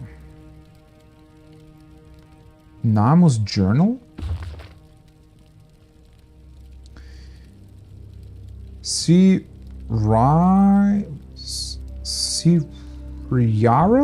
God, how you pronounce that? Lived a long and blessed life even for an Altma, but no more. Captain Rahiba believes she was killed by the Cross-Tree Bandits. A natural end to a life of skooma use, as she put it. Nonsense. My wife was no skooma fiend. Such aspersions slight her memory. Regardless of the Khajiit's assumptions, the Cross-Trees are to blame. The evidence is overwhelming. Broken files scattered about the shore where she was found, the marks cut into her face, all of it points to smugglers. Trinimac ate me. I will see her avenged. Waited by the docks for the better part of a week, so one of those fiends make a sail. Tried to follow him, but he saw me. Made a noise, 2 short whistles, 1 long. Must remember. 2 of his friends jumped me from the rooftops, made me bloody, tossed me off the deck. Why is this lying here? Awoke as the tide was the blood from my wounds, still feel the sting. If I'm to proceed these vermin they are, I must learn to defend myself. Huthag is a sturdy fellow and fine friend. Years of dealing with salty drunks and ruffians has taught him many things, and he carries himself with a warrior's grace. Tomorrow I will ask him to teach me what he knows. Huthag could not stop laughing. He said I was like a kitten, meowing for sweet cakes. When I explained myself and asked if he would teach me, his manner changed. He said, go to the Temple of Two Moons Dance. Ask for Dogbite me, tell her what you told me. I leave tomorrow. I told Olwanenya I'll be finishing the tidal pools near Windcatcher Plantation. I think she believed me. Dogbite me's story is not unlike my own. She lost a brother to the Crusties and came to Windcatcher Plantation. She wants to learn how to fight. She says the monks are trained to think. Every martial lesson is a puzzle. Until students demonstrate their understanding, they cannot advance. Riddle Thar gave her guidance and tempered her need for revenge with a desire for justice. When she did act, it was calculated and precise. Crosstrees never realized it was anything but an accident. My training proceeds well, though I have some difficulty with Riddle Thar. It seems one must view oneself as a tiny part in a greater schema. A novel way to think, entirely different from the ways of old Mary's, though I admit it is far more flexible, especially in regards to moral qualms. I will meditate upon this. A calm settles about my thoughts. Sleep comes easily, where before it was elusive. Surarel's thread crosses mine in dreams, where we watch our daughter spread wings and fly across the framework suspending us all. Across the void, the crosstree's thread glimmers like a dagger in the night. How easy it would be to sever their cord, to send them tumbling into the darkness beyond. But imprecision is the greatest enemy, so I wait, I watch, and I learn. Dogbite says the crosstrees are vulnerable. Direct confrontation is out of the question. Better to sever those threads who stray from the rest, fraying the cord until it snaps. This one is ready.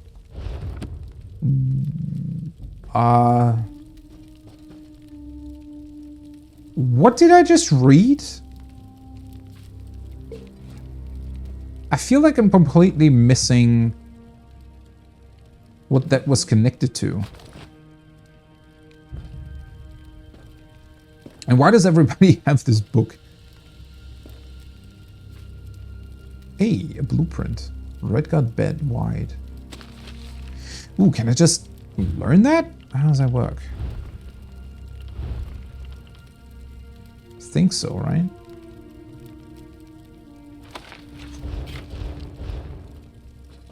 You learned how to make Redguard bed wide. Okay, cool.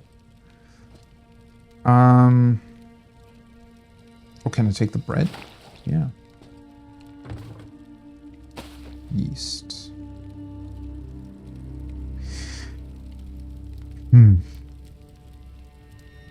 I don't know what this book was referencing. Inamo's journal.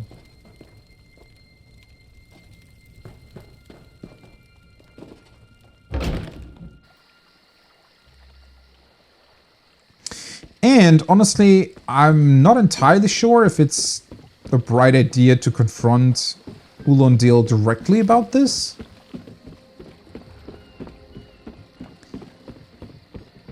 Wouldn't it make more sense to tell the Dominion guy first?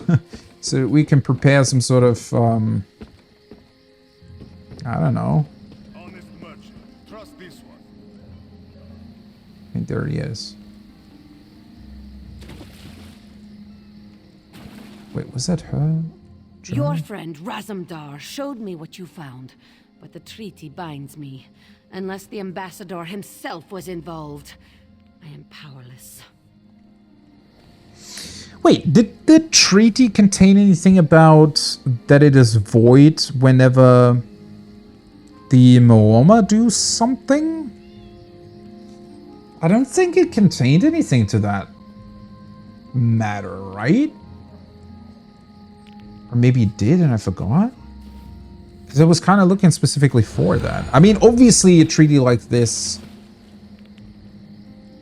Well, would it be void though, if it doesn't really contain anything to the for this matter? Because, I mean, yeah, he's involved. All right, fair enough. But isn't that more of a personal thing then? Not really... Well, whatever. Let's see what this... Ah, the errant deputy.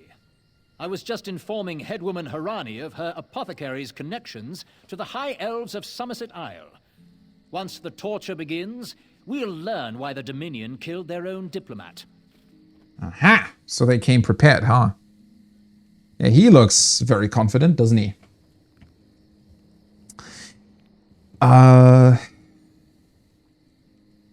Okay, so they're trying to pin it on the apothecary. Makes sense. Your assassin said you ordered the Sylvanar's death. My what? You mean the apothecary? I assure you, he was never in my employ. Wait, was that the apothecary?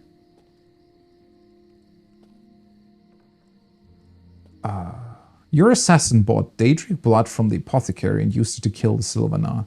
Oh, well done. It doesn't matter now. The Green Lummox and her idiot husband lie dead. There's nothing you can do to stop us. Why would he just admit to that? All right, this is... I was kind of looking forward to having to convince him somehow. I mean, okay, we did witness the assassin saying that, but then again, the Green Lady just outright killed her. So technically, there's nobody, like, it's just my word, right? Nobody else's.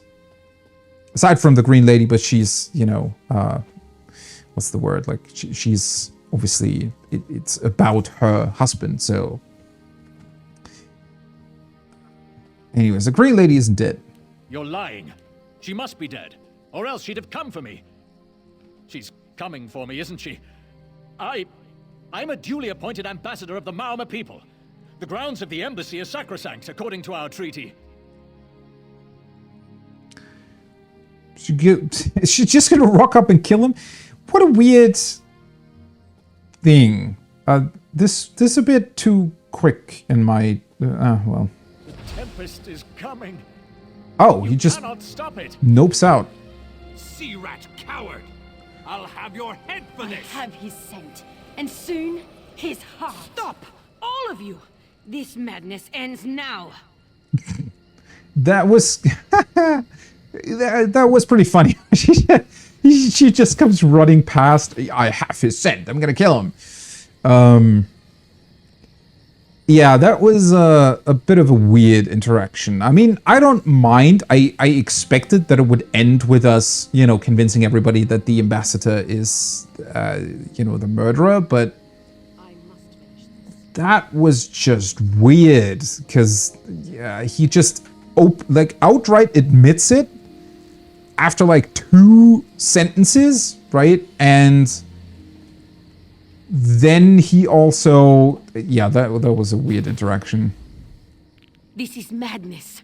There has been enough death in this city. It's clear the Maoma betrayed Kanathi's roost. I don't have time for this. I'm going after them. What? It's clear the Maoma... did they though?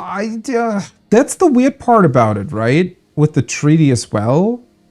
I mean, we don't really know. I have no idea what this Tempest is supposed to be. I mean, clearly it is connected to the Maoma, but they didn't really betray Kanathi's roost in that sense, right? I mean, sure, murder isn't good, but they... I guess they betrayed him in the sense that, well, they murdered somebody in their city, but... What does it mean, I don't have time for this, I'm going after them?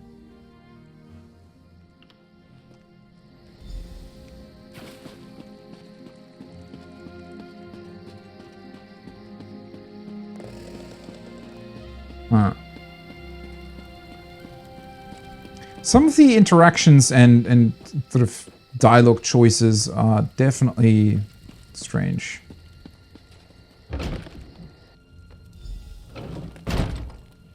Oh yeah, I should also... Let's drink another one of the teas. I could just steal a bunch of shit, right? Now that nobody's here anymore. Heh! Hello. Move, unless you don't mind the spatter. What are you going to... Well, obviously she wants to murder him. I'll keep him alive for a time. He won't starve. His limbs have so much flesh to sustain him. Go tell Harani the Marama is dead. Leave me to my work. So she dies anyways, right? I did understand that correctly? I don't know. It was just sort of mentioned offhandedly. I don't really care about Ulondil, to be honest. Can we, before we decide, can I talk to him too? Mercy. Please. Mercy. Save me from this mad woman. You surrender? I do. By all the gods, I do. Okay, so here's the thing, right? I do think he should die. Like, why not, right? he killed somebody. I don't know why, really. I mean, mostly, as far as I can tell, to keep their influence over the city. The Green Lady wants to have revenge.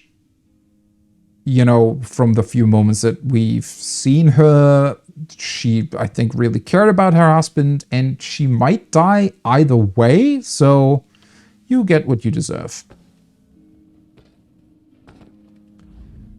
Move, unless you don't. I'll keep him alive for a time. Yeah, He won't I'll leave it to go. it then. This is a private matter. All right. No! God's mercy! Stay back! The gods can't hear you. Scream louder. How does she kill these people? Can she, like, mind bend them or do something to their brain? Well, then again, his hands are glowing. Or is she making him, like, choke himself? That would also be pretty brutal. Well, let's tell Harani.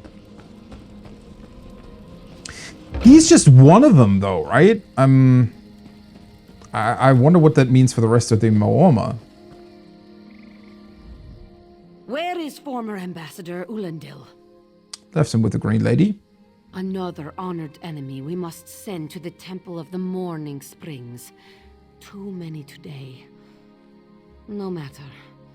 Before he fled to the embassy, Ulandil mentioned something about a tempest. Did he say anything about this before he died? Sadly, no. But it was mentioned in the ship, right? Somewhere? I fear we'll learn soon enough. What a nightmare. I hope all dealings with our Dominion allies won't end this way. So they're now joining the Dominion? I don't know what this Tempest would have been, what it is supposed to be. Have you officially joined the Dominion? I signed a new treaty with Vicereeve Peladil moments ago. He assured me the Dominion will defend our little island from any reprisals, Maamor or otherwise. Kenarthi's roost will see much change to come. We must grow together, or we shall die apart. I just hope that that's actually gonna help them, because I feel like the Dominion mostly wants to have this island for military purposes, right? So as long as that's no longer needed... Well, first of all, they're placing themselves in kind of a line of a possible attack, right? So somebody might attack the island because they want to weaken the Dominion. So that's a threat. And then once the Dominion leaves, like, we don't really know how much the Dominion really cares about the island itself, right? I mean, they might just leave at any moment, or they might not protect it as much as they think they will, or I don't know. Point being, it might not be a better deal.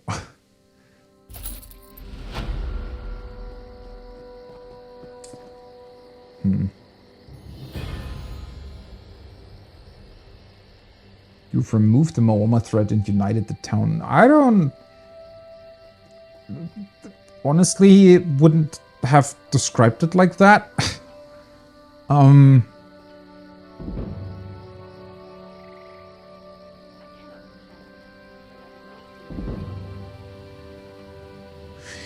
Cause... yeah... Hey, Slowpaws. Zahari, who the hell are you? Move with purpose, Slowpaws. Only the fleet of foot survive. What do you mean? The Malmer attacked Catside Key from the sea. Commander Karenith holds the line at the docks. She needs help stopping the Malmer before they push into Mistral. Zaire will find more to help. Be swift, slow paws. I'll find the commander. City of Mistral is under attack. The Tempest Unleashed. Alright, so now we're gonna find out more about what this Tempest is. Commander Karanith, that's not the one that gave me the other quest though, right? Storm on the Horizon. Zone Story. Doesn't tell me who gave me the quest.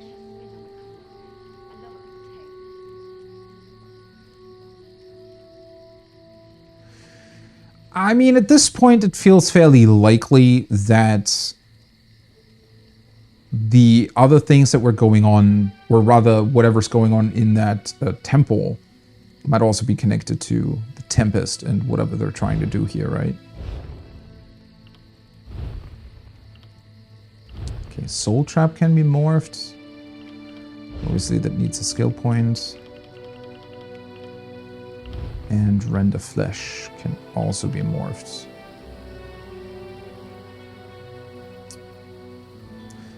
Yeah, that's the additional healing skill. I've not even really used it all that much. Crusty Bread. Max health for 35 minutes, okay. Let's assign that. Oops. Got so much stuff. What did I get? Was it a chess piece? Yeah. Queen's Own Cures. It's a heavy chest that adds maximum health. Reduces the cost of block by 2.5%. Well, I don't really need that. Part of the armor of the trainee set. This chest piece bears the markings of the Queen's Own Navy. It is lightweight enough that one could swim while wearing it. Wait, isn't it a heavy chest piece? Oh. It matches with my pants. I mean, it looks less interesting, certainly.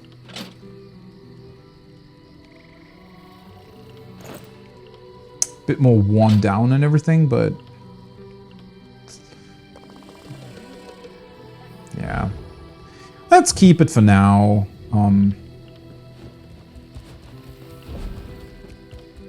I mean, that way at least the quest gave me something.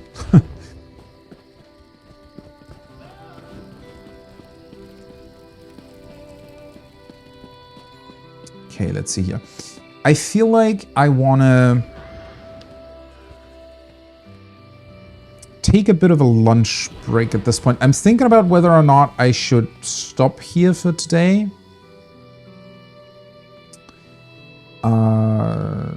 Possibly continue tomorrow or later.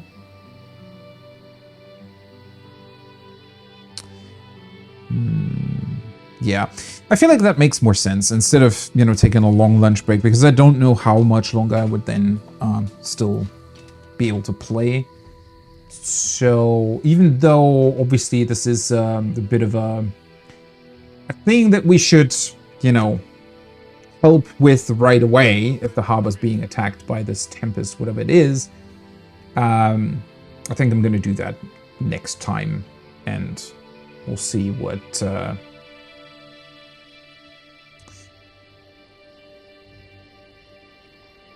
they're planning. I don't know. It's strange that they're just outright attacking the place, right? Because so far,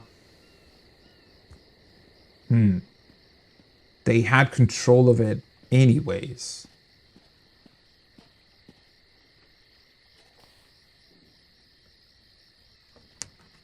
You're standing in my frame. Yeah. I'm gonna end it here. It's been really, really fun.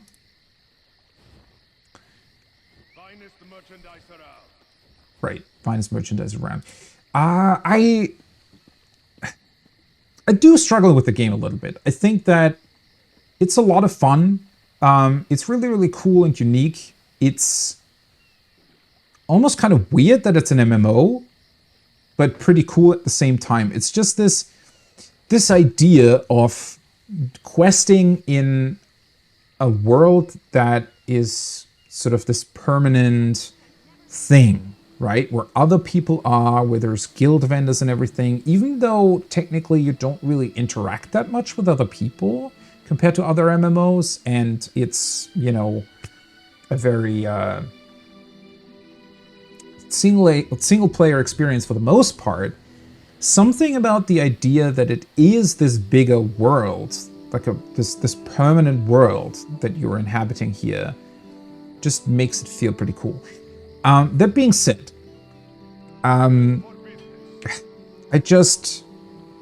a little bit bummed that the quest wasn't more intricate. Like, it didn't need to be longer. It's just that the especially the dialogue interactions and overall, like, it was a very, very interesting story, and I think it's very intriguing. Like, what is the Tempest, right? What's going on here? Why do the Maoma want to have control over the island, right? There's a bunch of really, really interesting and cool stuff going on. It's just that it is very, very limited by how they're telling it, and parts of it is also obviously due to how it's like the just technical setup of this game. And a lot of it I really don't mind, because I feel like I can just suspend my disbelief, like I mentioned earlier, and just look over a couple of things and say, well, you know, let's just pretend that happened, and we're just cutting out the not so interesting parts of this and just straight up go to, you know, the sort of interesting interactions. That being said, yeah, this particular interaction, I feel like it was just weird that he just admitted to it right away. Once again, you can maybe say, well, maybe he knew that the fleet or this Tempest thing was coming either way, so it didn't really matter to him. Maybe he was just really afraid of this green lady, which I wish we would have been introduced to a bit more, right, beforehand. Like, I feel if we'd had gotten to know her a little bit better, or actually knew what she was on about, or why she was so feared by him, or right, there is a bunch of stuff that was just missing from this. And also Ulundale himself, I feel like, had we gotten to know more about this, it might have been more interesting. Now, that being said, it might be that other quests on this island connect back to this, right, and give more sort of background information about what's going on. Because I haven't done the thing with that temple, right? It might be that tells you more about what the Tempest is or what the Maoma are doing here, just as the other quest told you more about the pirates, and now we know that the Maoma were working together with them. So while it's not directly related to this sort of murder mystery that was going on here, it was still a pretty cool sort of extension of, you know, what they're doing and so on and so forth. Yeah. It's... I don't know, it's difficult to say. I do like the game. I think that it's really, really interesting on a lot of levels, but it's also limited on a lot of levels. And